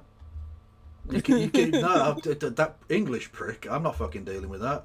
No. Travelling to Holyhead. So we're heading north to meet one of the big challengers to Labour, and I'm told it's going to be a beautiful journey. But there are a lot of stops. Kev, have you paid much kind of attention to the Welsh kind of election, like debates and stuff like that, and the discussions? Yeah, I've tried to keep a track of it because I could have got connections in Wales and stuff. So it's a culture and a peoples that I do quite like. So I've tracked it, but I wouldn't say I'm an expert, if that makes sense. Well, it's frustrating. I feel like that everyone seems to be doing a Ming Vars thing and just being very tight-lipped about what they're actually going to do. Yeah. Just essentially every reform going on, migrants bad, not a word of anything else. Plaid going, we're not Labour. That vote for us. We're definitely not the Labour Party. We believe in progressive policy, but we're not the Labour Party. And the Greens like, did you see what Zach Plansky's doing? He's cool, isn't he? And the Lib Dems are going, we are Liberal Democrats. Well, yeah, but to be fair, that's sort of a successful strategy from all of those parties. Yeah, literally Like true. that's the best. Like if I had to come up with a political stratagem for each of those parties, it would be something along that line, I think, because that's the core voter they're trying to reach is exactly the thing. It is exactly the person they would reach with that messaging. Like obviously, the deindustrialised areas that we've talked about in places like England and Scotland as well. This also works for Wales, and so. Going along this, pretending not to be Thatcherites whilst also being the uber Thatcherites and attacking migrants and saying they're the problem is exactly what reform should do. Not morally, but politically. Yeah, that makes sense. The Green Party, obviously riding the Polanski wave, makes perfect sense. Plaid Cymru are obviously trying to hoover up those Labour voters. So you would obviously say we're not Labour, because the reason that those Labour voters aren't Labour voters anymore is because the Labour Party left them. So by trying to position yourself as what the Labour Party was, but with like added independence, you're able to hopefully, from their perspective, and I think from my perspective too, hoover up a lot of those votes. I like the Green Party, but the Plaid Cymru are also fucking cool. So, you know. So there's a good point from Cymru in chat, in that there is like a strong manifesto from Plaid Cymru, but of course when it comes to the budget, you don't know the budget until Westminster announces what is in the Barnett formula that is getting allocated, right? So you can't really properly plan. So you have to have like, I guess that means you have to have like targets for what you aim to achieve, and then you allow, you allow your funding to dovetail into your aspirations, right? Well, exactly. It obviously they have expanded powers on what a council has, but there are similar dynamics in terms of the restrictions placed upon you by the national government, based in terms of the block grant or the Barnett formula or whatever, and the fact that you have certain devolved powers but certain that aren't. So there's only so much you can do. So like, and this is part of the problem I think that the SNP and the Plaid Cymru have, in terms of the kind of independent side of that, is that the things they would want to do to really show that they could survive as independent nations, they don't have the power to currently do, because those are still reserved powers at Westminster, which is precisely why the Labour Party drew it up in that way, so that they couldn't really have like that good example type deal. They're not going to be able to like nationalise huge chunks of industry or something like that and actually start to economically put themselves on their own 2 feet, type of thing. You know? Yeah, for sure. Well, it's just the same way that they set up the electoral system in places like this to ensure there was never a pro-independence majority, and then in Scotland there was a pro-independence majority. Well, because the other parties are so fucking shit. You know? And actually, this is only really an extension of the process we've seen in Scotland, really. That, like you say, it was set up so that you didn't really get majorities, but the other parties are so tethered to a much more right-wing national party, outside of, I suppose, the Greens in Scotland to a degree, but whatever, They're tethered to the National Party, which is more right wing because they have to try and win votes in like Surbiton rather than Swansea or Llandudno or wherever, or Glasgow or Edinburgh, and so they don't actually represent the peoples of those places. They much more represent a kind of hinterland of sort of Middle England, really, which is not what the voters of Scotland or Wales fucking want. So naturally, there's been a political vacuum which has been filled by the only actually left-wing alternatives that have existed, which is either the Greens or in the nationalist parties in the two places. Well, that's it, and it's that it's just not just in it's the case across the country that there is a base electorate that every party has abandoned, chasing a mythical swing voter, and so of course that bow would eventually break the further they moved away. Well, yeah, but literally, like, the kind of Tory Middle England thing isn't a thing in Scotland and Wales. Not that there aren't Tories, there clearly are, but that kind of voter that the national parties have been chasing doesn't really exist for the most part in Scotland and Wales, and so it's more extreme, the dissonance between the national parties and the actual electorate in those two places. And so eventually the people of those places were going to get fucking sick of it. And places that had voted Labour for generations, where it was absolutely cast iron, they needn't have bothered running an election. Just whoever the Labour Party put up as the candidate might as well have just been ushered in, frankly. That's how big the votes were in parts of Wales and Scotland. Are now the Labour Party going to be lucky to finish fucking third in some of these places? I mean, some polls literally put the Labour Party fourth in Scotland, which would be crazy. That would be insane. Because you can't... Without those Scottish seats, it's virtually impossible for the Labour Party to ever form a government at Westminster. So if they get wiped out there, then it doesn't matter if they go independent or not. The Labour Party cannot win. I mean, there was even a poll that had the Labour Party in fourth in Wales as well, although on vote count, because of the way that the system works in terms of the regions, Labour ended up with more seats than the Greens, even though they had fewer votes. Yeah. Yeah, exactly, yeah.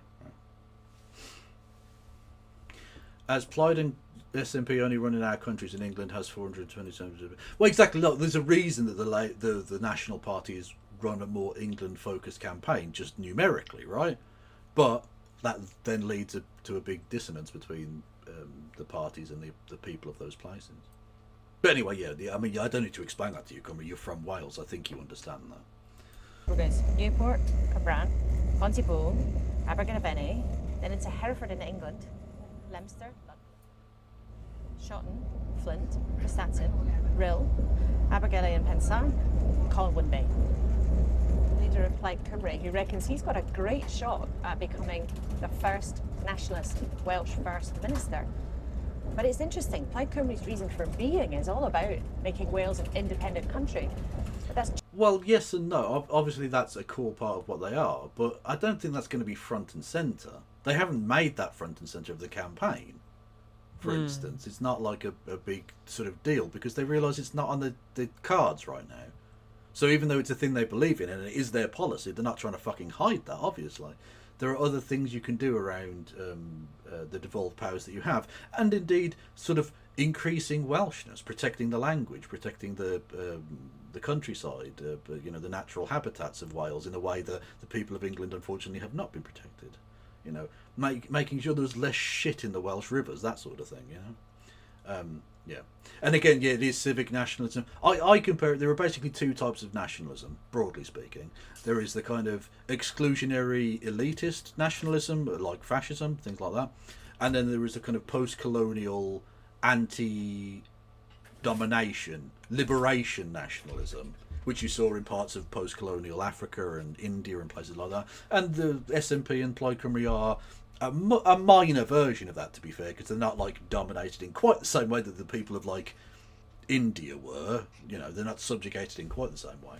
But it's essentially a liberation nationalism rather than an exclusionary supremacist nationalism. I mean, even then, even on the kind of civic nationalist bent, it is less about a national kind of ethnic group or whatever when it comes to Welsh politics. It's about a national community in terms of its civic nationalism, which again I can totally get behind. Yeah. What's this? We got pissed off with Labour. That's how we broke the electoral system foisted upon us. Hang on, what? You trying to force us to vote for yous get wrecked. I presume you mean English Labour rather than me. Because I didn't try and force you to do anything. Quite the Not opposite. being a dominant. In fact, I don't even try and force you to give me gifts in the form of subs and bits. Memberships. And stuff. I don't try and force you to do that. I strictly say if you have the money available to do so. I would not try and force you to do so because that would just be robbery. Factor in this campaign. In fact, they say they would push for it straight away. It's lovely to meet you. It's all I'd like. Like on any campaign, politicians don't just have to brave questions from people like me. Much more importantly, at any moment, they might get quizzed by the public. You have been criticised for not giving enough detail about how you'd pay for the things that you want to do. Yeah, I don't accept that. I mean, we've produced the first 100 days plan, the first time that it's ever been done in the history of devolution, to show that we have, done our. You see, Keir, it is possible. You can do it before you get into office. You can produce a 100 days plan. It's not. You don't. Well, that's not adults in the room though, Kevin. This is so student politics, isn't it? Yeah. Literally. Having a plan and things you want to do. Ugh. Thinking not just on what we want to do, but how we're going to do it. The detail that's gone into the planning of it, financially has been significant. We want the challenge, but we want to be able to deliver too. We are confident. Challenging, though, that's a kind of politician word for saying that actually you might have to cut back on some things to do all the things you want. There are things that Labour have been doing that aren't giving us the results that we need. I want this Plaid Cymru government, so if we have the honour of forming a government, to be an outcome-based, focused government. You're a party that was founded to make Wales an independent country, but independence isn't part of the conversation. That's a bit weird, isn't it? I've been talking about independence every single day, Laura, in this campaign. But it's not because top of your list, and you've said it's not for now. But people understand that I want Wales to be an independent nation. I have a level of confidence for Wales and ambition for Wales that outstrips anything. And I'll be honest, I'd hate to see people leave and all the rest of it. I'm not trying to drive anyone away, but I'm of the opinion that I think they need to leave. I think the people of Wales and Scotland are fucking sick of it and it's not working for them. I mean, at the end of the day, when it comes to this campaign, I'm like, well, even if you've been clear about your future goals for independence, why the fuck would they talk about it when they've never been in majority office in Wales to be able to prove they have the chops to govern long term? Yeah, Once exactly. they've done that, which I believe they do, obviously I believe they do, given what I know about them so far, right? But how can you ask the public ask the public's trust in leading a country into independence, having not proven that you can lead them politically or governmentally, right? And that's what this campaign has been about and should be about, offering an alternative to show Wales what a party that puts Welsh interests first looks like. True. And also, Ruan ap Iorwerth is probably the coolest name for a political leader in the country. That is very true. Not relevant necessarily, but still correct. Seen from any other party in Wales ever. If you do end up as First Minister, what's the first thing you're going to do to celebrate? A line of Charlie. Fuck Let's it. fucking go in the Senate, right? In between votes. Yeah, just chopping up a line while some fucking reform wanker asks you a question. Bow style. No, yeah. When he first gets elected, well, he's probably gonna have a piss up. Fair enough. Again, not at work though. Westminster, off the clock. Yeah. I mean, come to the beach. I tell you what, I could spend a few hours here this evening. This is nice.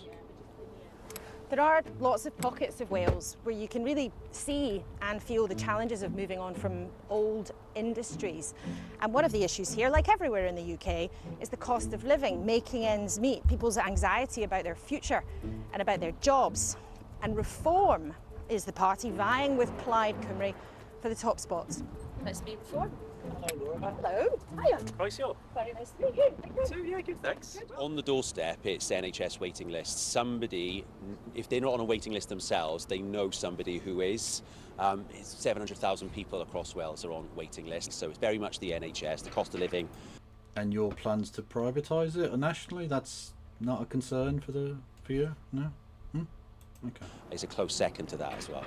When you look at your plans, though, a number of countries have looked at them and said, reforms promising lots of things, but you've not at all set out how you'd pay for them in a credible way. The income tax cut in the final year, we've costed that, and everything else will be done in the envelope of existing budgets. What we've not done, like the other parties, is overpromised.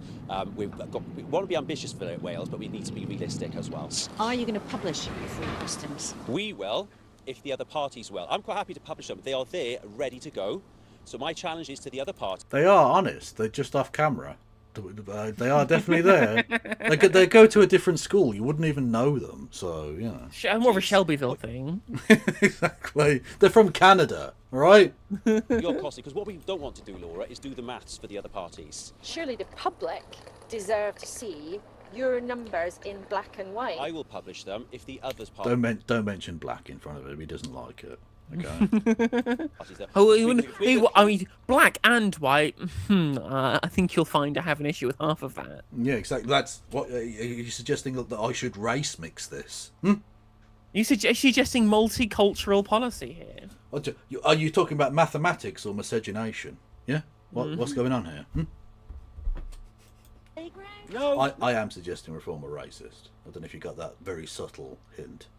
No, not at all. Not at all. I think it's fair and it's transparent. And if you became First Minister, personally, what would you do first? Have a pint, have a bottle of champagne, have a party? I'd punch a migrant. What would you do? Have a sip of Penderyn whiskey. It really does feel like voters in Wales are on the verge of doing something historic, breaking the habit, not just of a lifetime, but the habit of a century, turning over the old order where Labour always came out on top. But what is it that is leading the public here down that road of making a very different choice? The Labour Party is shit. They've destroyed one of the most loyal voting bases in existence. Forensic, you might say. Single leaflet I had through my door. The door is open. And the people of Wales left. Yeah. The entirety of Wales went, all right, and see ya, and fucked off. Yeah. They all say the exact same thing. They all want to say, we'll do this, we'll do that, we'll do this, but nobody wants to say how.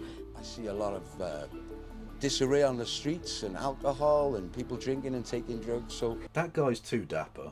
I'm sorry, sir. It's too early in the day for this dapperness. anything that's going to alter that and make a difference to Wales itself would be a wonderful thing. Ladies, can we get some Welsh cakes and have a wee chat with you? Yeah, because I'm really young. I've only just recently turned 18, so it's just a knowing of the future. Prices are rising constantly, everything's changing. Minimum wage is quite low at the minute, I find, especially as someone that's just coming into work. Like, I've just left education now and I don't really know what to do. It takes a long time to get around South Wales, not just because of the tractors, but a lot of the campaigning is happening here because a lot of the population is here. We've heard the Tories are here in Pembrokeshire today on the campaign trail, and they're at an oil refinery with... Why do you give a fuck about the Tories? Why even bother looking at the Tories in Wales? They're nothing. They're dead. I mean, they might get... I mean, it looks like on current polling they might end up with like two MSs, which is crazy. Like that. Like, well, I mean, whoop-de-doo. They can fucking car share to work. Literally. Although hopefully they'll beat their 1.9% they got in Gordon and Denton. Well, who knows? But either way, like they could. You know what? They could do a tandem. Ride a tandem to work. Which means you shouldn't be giving that much of a fuck about them. There's two. Concern about energy costs at the top of the list for many voters, and they've even brought in the top brass. And this is how the pictures of a campaign trail are made. Line up the willing victims, oh so naturally. Political leader has a casual chat. We're hammering. Who's this lad? I don't know who this is. They look very Welsh though. Can tell you.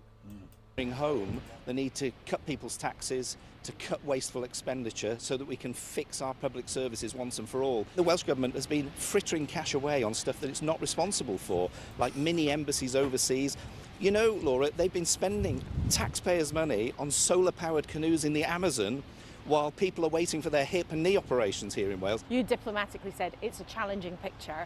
We all know that's political speak for you might have a really hard time. People are telling us, when you explain to them the predicament that Wales is in, who's responsible for it, that they realise that we really are the only credible solution. Really? You're going to try that shit, are you? You're going to keep telling yourself that, sure. Yeah, because, like, we've seen the polling, mate. And it's, like, all I'll say is your blood pressure is a lot higher. It is very funny, like, the Tories continually have the worst election results ever. And they're like, yeah, well, sometimes you go through hard patches and then it just keeps getting worse. Yeah. But they're like, well, the people will come back to us with the natural party of government. The way the system works here, it's very unlikely that anyone will have a majority on their own. Would you work with reform? I will work with anyone in the next Senedd who can help us to deliver those things. So you would work with reform if they give you what you want? Why are you just asking me about reform? Well, would you work with Plaid Cymru? That was going to be my next question. I've just been clear with you. I'll work with anybody to deliver on the pledges. The idea of working with any of the other political parties makes my toes curl, frankly. That's another photo op done. But whatever the outcome of all this campaigning, after the election, there's probably going to have to be a lot of... Why are you asking me about the party that's already replaced us? Why?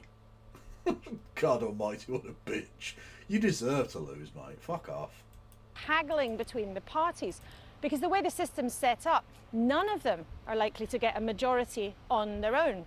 And that means even the parties who are small, who don't do that well, might have a big say. This campaign hasn't been full of fireworks. There aren't So you should have said placards that, and by the posters way. everywhere. Like, you should have said that before going to the Conservative Party. Yeah.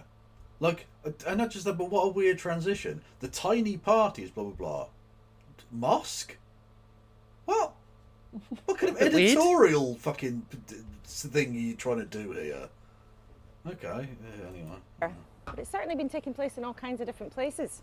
We're about to meet the Greens at a mosque in Cardiff. Hello, hi, nice The Islamist Greens, I think you'll find. Yeah. The Hamas Green. Yeah. The nation of Walesistan. That's what they're going to turn it into. In many ways that could take. Al I Cardiff. keep getting asked what our red lines would Yeah, that kind of works. I'm sure there've got to be some really good ones in there. be. I prefer to call them our green objectives. We've been very clear in the campaign the last few weeks about what does matter to us. So tackling the cost of living crisis, freezing rents, bringing in rent controls, replacing council tax with land value tax, free bus travel for young people. So these are obviously our priorities. We've been quite upfront about these. These are things that we want to tackle. And one of the things I've said quite often is we will not just prop up another government, a future Welsh government, because they're the least worst option. We will want to see solid, deliverable things that we've campaigned for. When independent experts look at the numbers, they see you're promising a huge expansion of the states and not being that clear about where on earth you're going to find all the money from. Well, the IFS have said that none of the manifestos add up. Right, well, that's not something to be proud of, No, is it? it's the thing that manifesto is our priorities, our direction of travel. Like in any campaign, there are some familiar landmarks. This real-life landmark is Carmarthen Castle. But there's a lot about this race that is completely transformed. So there's a whole new voting system where voters will pick one party, not an individual candidate. There are now 16 huge constituencies. All the old boundaries have been scrapped, and they've all now got their official names in Welsh. This is Sir Gaerfyrddin, which includes the towns of Llanelli as well as Carmarthen. Hey, Llanelli! Represent! But getting all the names right might need a bit of practice before election night. And some of the parties need a bit of practice in making an impact too. Hi, I'm all right. How you doing? Yeah, nice. People are really interested to hear about our focus on social care, that social care and healthcare go No. together. If you can move people out. I don't believe you. Yeah. I don't believe that anyone is interested in anything the Liberal Democrats have to say about anything. No. The only thing I'm interested in is why are you not hobby horsing? Literally, I mean, where's the abseiling? You're letting the team down. Yeah.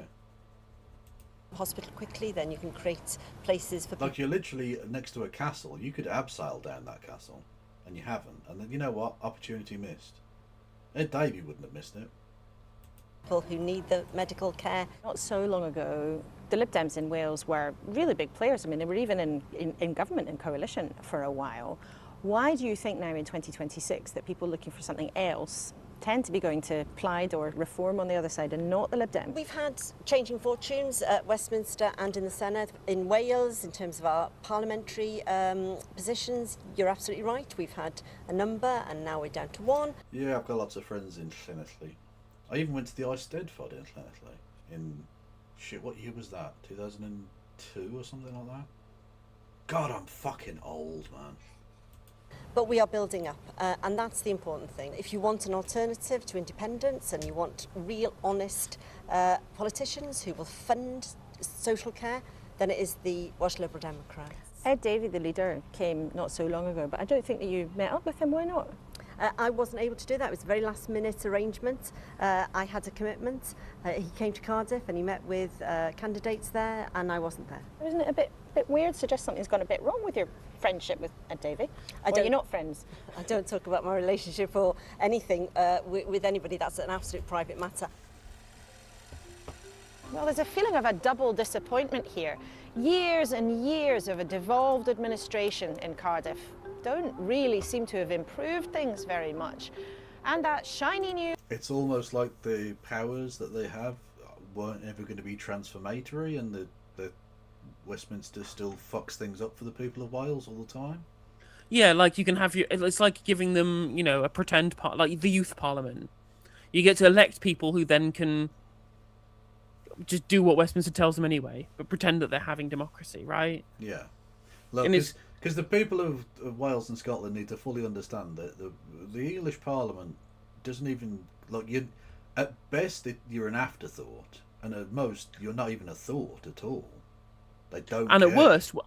at worst, you'll try and do things and they'll stop you, like when they Section 35 the SNP in Holyrood. Yeah, well, exactly, yeah. New government in Westminster that got in at the last general election. Well, they've ended up, to many people, feeling like more of the same. So when voters make their choice... One thing, right? The thing that really is emblematic of the level to which the interests of devolution isn't taken seriously by Westminster is this HS2 stuff. Do you know about this?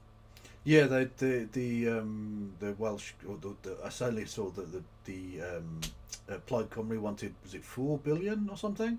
In essentially reparations for the amount of money that they weren't going to get from HS2. Yeah. Yeah, because it's treated as an England and Wales project, right? Yes. For no fucking reason, despite the fact that it's not going to Wales. And so in terms of the overall transport budget, so much it gets blown on an English project with no benefit. Yeah. Which, of course, yeah, I can understand why they're really angry about it. They should be angry about it. Yeah. Well, exactly, yeah. No, I mean, look, Birmingham doesn't get that much investment anyway, so I'm not that bothered. But I am a little bit like... I feel a bit sorry for the rest of the country that the only place that's going to financially benefit from HS2 now is Birmingham, and that's it. Yeah. Which is ridiculous. We've spent so much money as a nation on this thing. Why not have branches that go off to Wales? Why not have branch go to Scotland? Have you considered that Conservative voters in the rural areas might get mad that a house price will go down by 0.25%? Yeah, it's ridiculous. It's really silly. It was a genuine chance for the first time in a generation to have a transformational national infrastructure project that would revolutionise transport, and they just went, nah, fuck it, let's not bother. And we could have actually got this to fucking Wales as an England and Wales project, and we just didn't.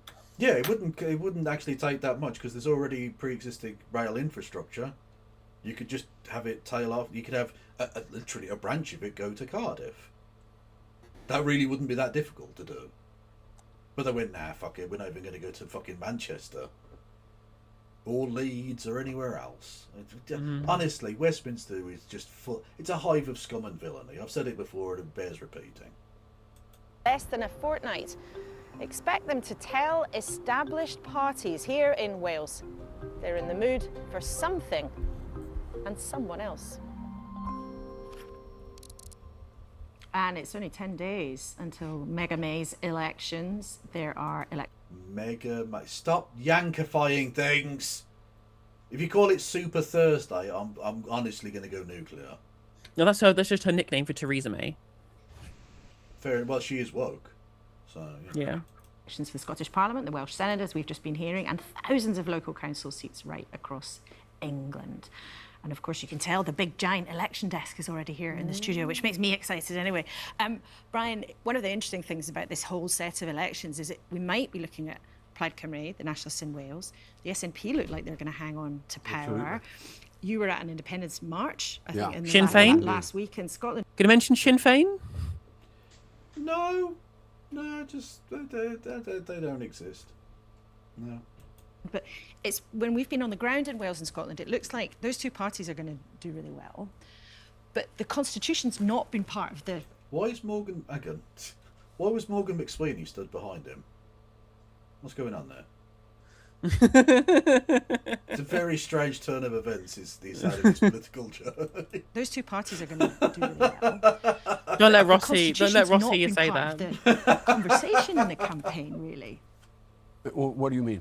Well, it's not an issue that has been preoccupying voters. So all the polling and all the conversations we had, whether with politicians or members of the public, it's the cost of living, it's the NHS, Yeah, but- not things about the Constitution. But there is clearly disaffection.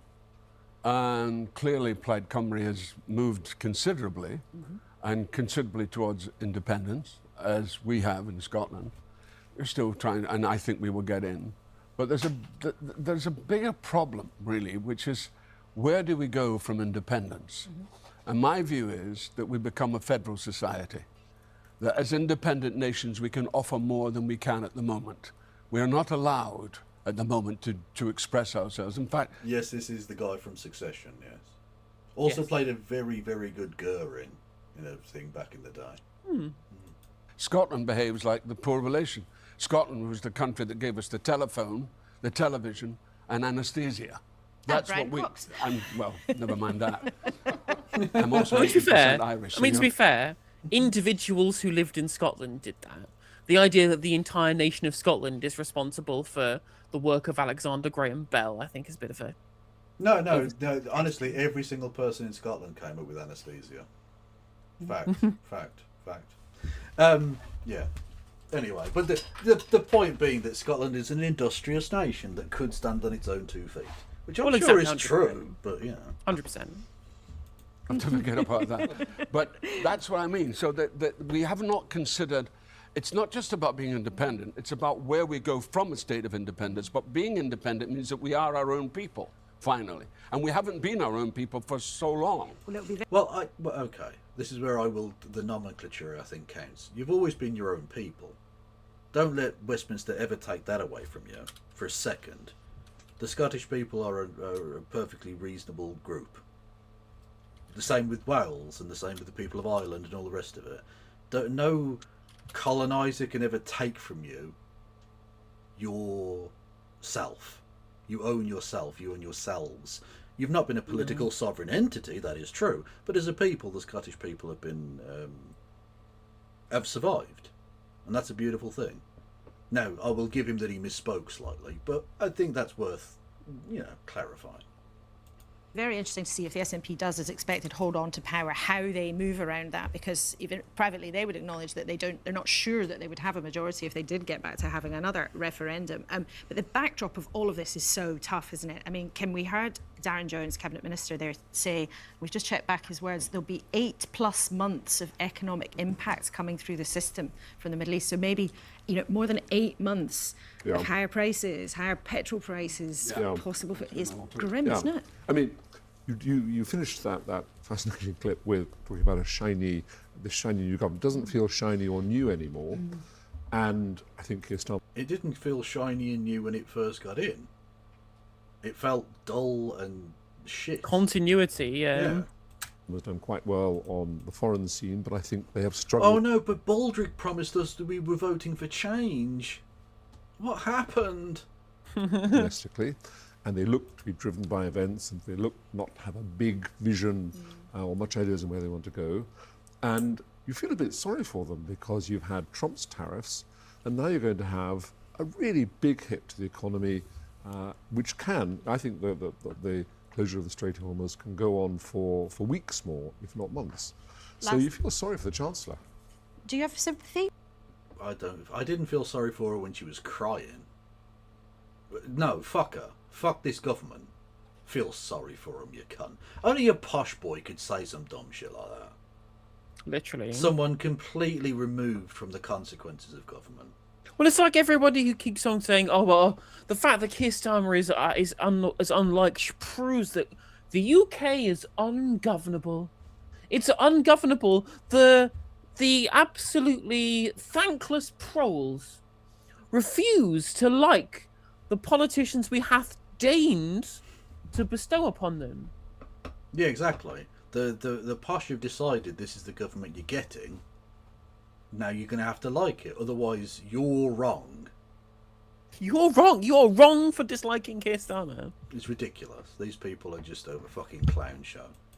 For the Labour government, Susanna Brown and Kim have both said they feel sorry for Keir Starmer this morning. Well, it's a very human and noble emotion. I think the trouble is that you are not Labour human. leader, You are Anna not Sarwar, noble. in January. Yeah, Unless exactly. you feel sorry for Keir Starmer and his. Again, let's be triple extra clear what happened. He appointed the self-described best pal of a man who raped children to the highest diplomatic office in the country. But he never saw anything weird when he was on the island. Honest, he was in the gay room, wasn't he? So He's in the gate. Literally, it's just like the level to which that just like the adjacency to child rape just gets completely fucking like thrown under, totally kind of disabuse from people's minds. It's crazy. Yeah. Thank you, Kane, for resubscribing. Much love to you, my friend. The Prime Minister to resign, and in your excellent report there, you didn't exactly hear full-throated support for him from the Labour Welsh leader. Yeah, because she's trying to win votes in Wales. You think she's going to be like, oh, Keir Starmer's fucking awesome. Have you seen his popularity? People would rather get AIDS and cancer and die than support Keir Starmer. And you've got to feel sorry for him for that reason alone. Oh, we are 3 out of 3. No, you haven't got to feel... He's politically alienated an entire country to the point where the leader of that country, or the Welsh leader of that country, is... the Labour leader, sorry, is... it doesn't want to support him. No, that's his fault for being shit. So, no, I'm sorry. Being unpopular, like, it's the old thing about if everyone else is the prick, maybe it's actually you that's the prick. Because you're the common denominator that can't get on with anybody. If you're hated by every group, you are the issue. I don't feel sorry for him. He's made a rod for his own back. He has done appalling, evil shit, up to and including aiding and abetting a genocide, of course. I don't feel sorry for him in the slightest. I wish him nothing but the worst. Literally, it's just, and again, I mean, remember the threads people were talking about, who just, and then like, this is, I love SKS, I love Sir Keir Starmer Casey, our wonderful, sensible, grown-up Prime Minister, doing the best for the country, and I'm just like, no one agrees with you. Yeah. You're in a tiny, like, ever-shrinking echo chamber, which is totally divorced from the reality of this country. Yeah, absolutely. Yeah, and exactly as someone points out, actually the Welsh leader was at least better than the Scottish Labour leader who called for the Prime Minister to resign. Like, at least she didn't go that far. By comparison, that was full-throated support, you know? Feeling sorry, but it's not a great look for Prime Ministers if they've got people feeling sorry for them, but we've been not sorry at all. We've been delighted to have the three of you with us. It's such a Westminster shithouse thing. Oh, I feel sorry for him. Why? He's the Prime Minister. No one fucking made him do this. He chose of his own volition as a grown adult to join politics, to stab his former leader in the back and then pretend like he'd never met him. You know, like, I don't even know Hitler. You know, all that fucking shit. And then to become Prime Minister, and now you're like, oh, it's a difficult job. What, you didn't fucking know that? Yeah, it's so difficult, right? That you make such easy mistakes, like appointing a friend of a child rapist as ambassador. Yeah. But of course, as Jim Speak points out, the real victim of Jeffrey Epstein was Keir Starmer. Really? Honestly, Virginia Giuffre should, from beyond the grave, apologise to Keir Starmer for taking up so much time and sympathy, when it really Keir Starmer is the real victim in all of this. And on that note, I will never ever be never partnered on this website. It's never happening. Literally. Never happening, because I do jokes like that. Anyway, at least I didn't support a terrorist group, although it came fucking close at one point. Anyway, on that bombshell, That's another Let's Royal call Running that phrase. wrong. Yeah. Yes. Everyone go and follow No Justice MTG. Everyone go and subscribe to Forthwith. Kevin Logan. That's KF Logan1875 on Twitch and Kevin Logan on YouTube. There's 300 of you. Do it now. That's an order. An order, indeed. Who... Order. Order. Order. Order. Mm-hmm. Order. Order. Oh, that honestly, I fucking hate watching Parliament with that fucking dopey bastard. I hate him as well. I'm gonna read into Katie Marshall, who's doing Scottish things to follow on from the Welsh things. Yes, go and support all of the Celts. Let's go. Yes. And on Twitch, is she not going on Twitch? I can't see her. I only found on YouTube. Yeah, have you stopped it being on Twitch at all? Yeah, I'm only on YouTube now. Unless it's question time. Oh yeah, because of the thing. Yeah. I'll go over to JFK rotting. Fuck it. I can't see KT. Friend of the show. Indeed. And I will see you all probably tomorrow, I think. Yeah, I'm doing an afternoon one so I can read into you. Good. Okay. Yes. Free Palestine. Goodbye.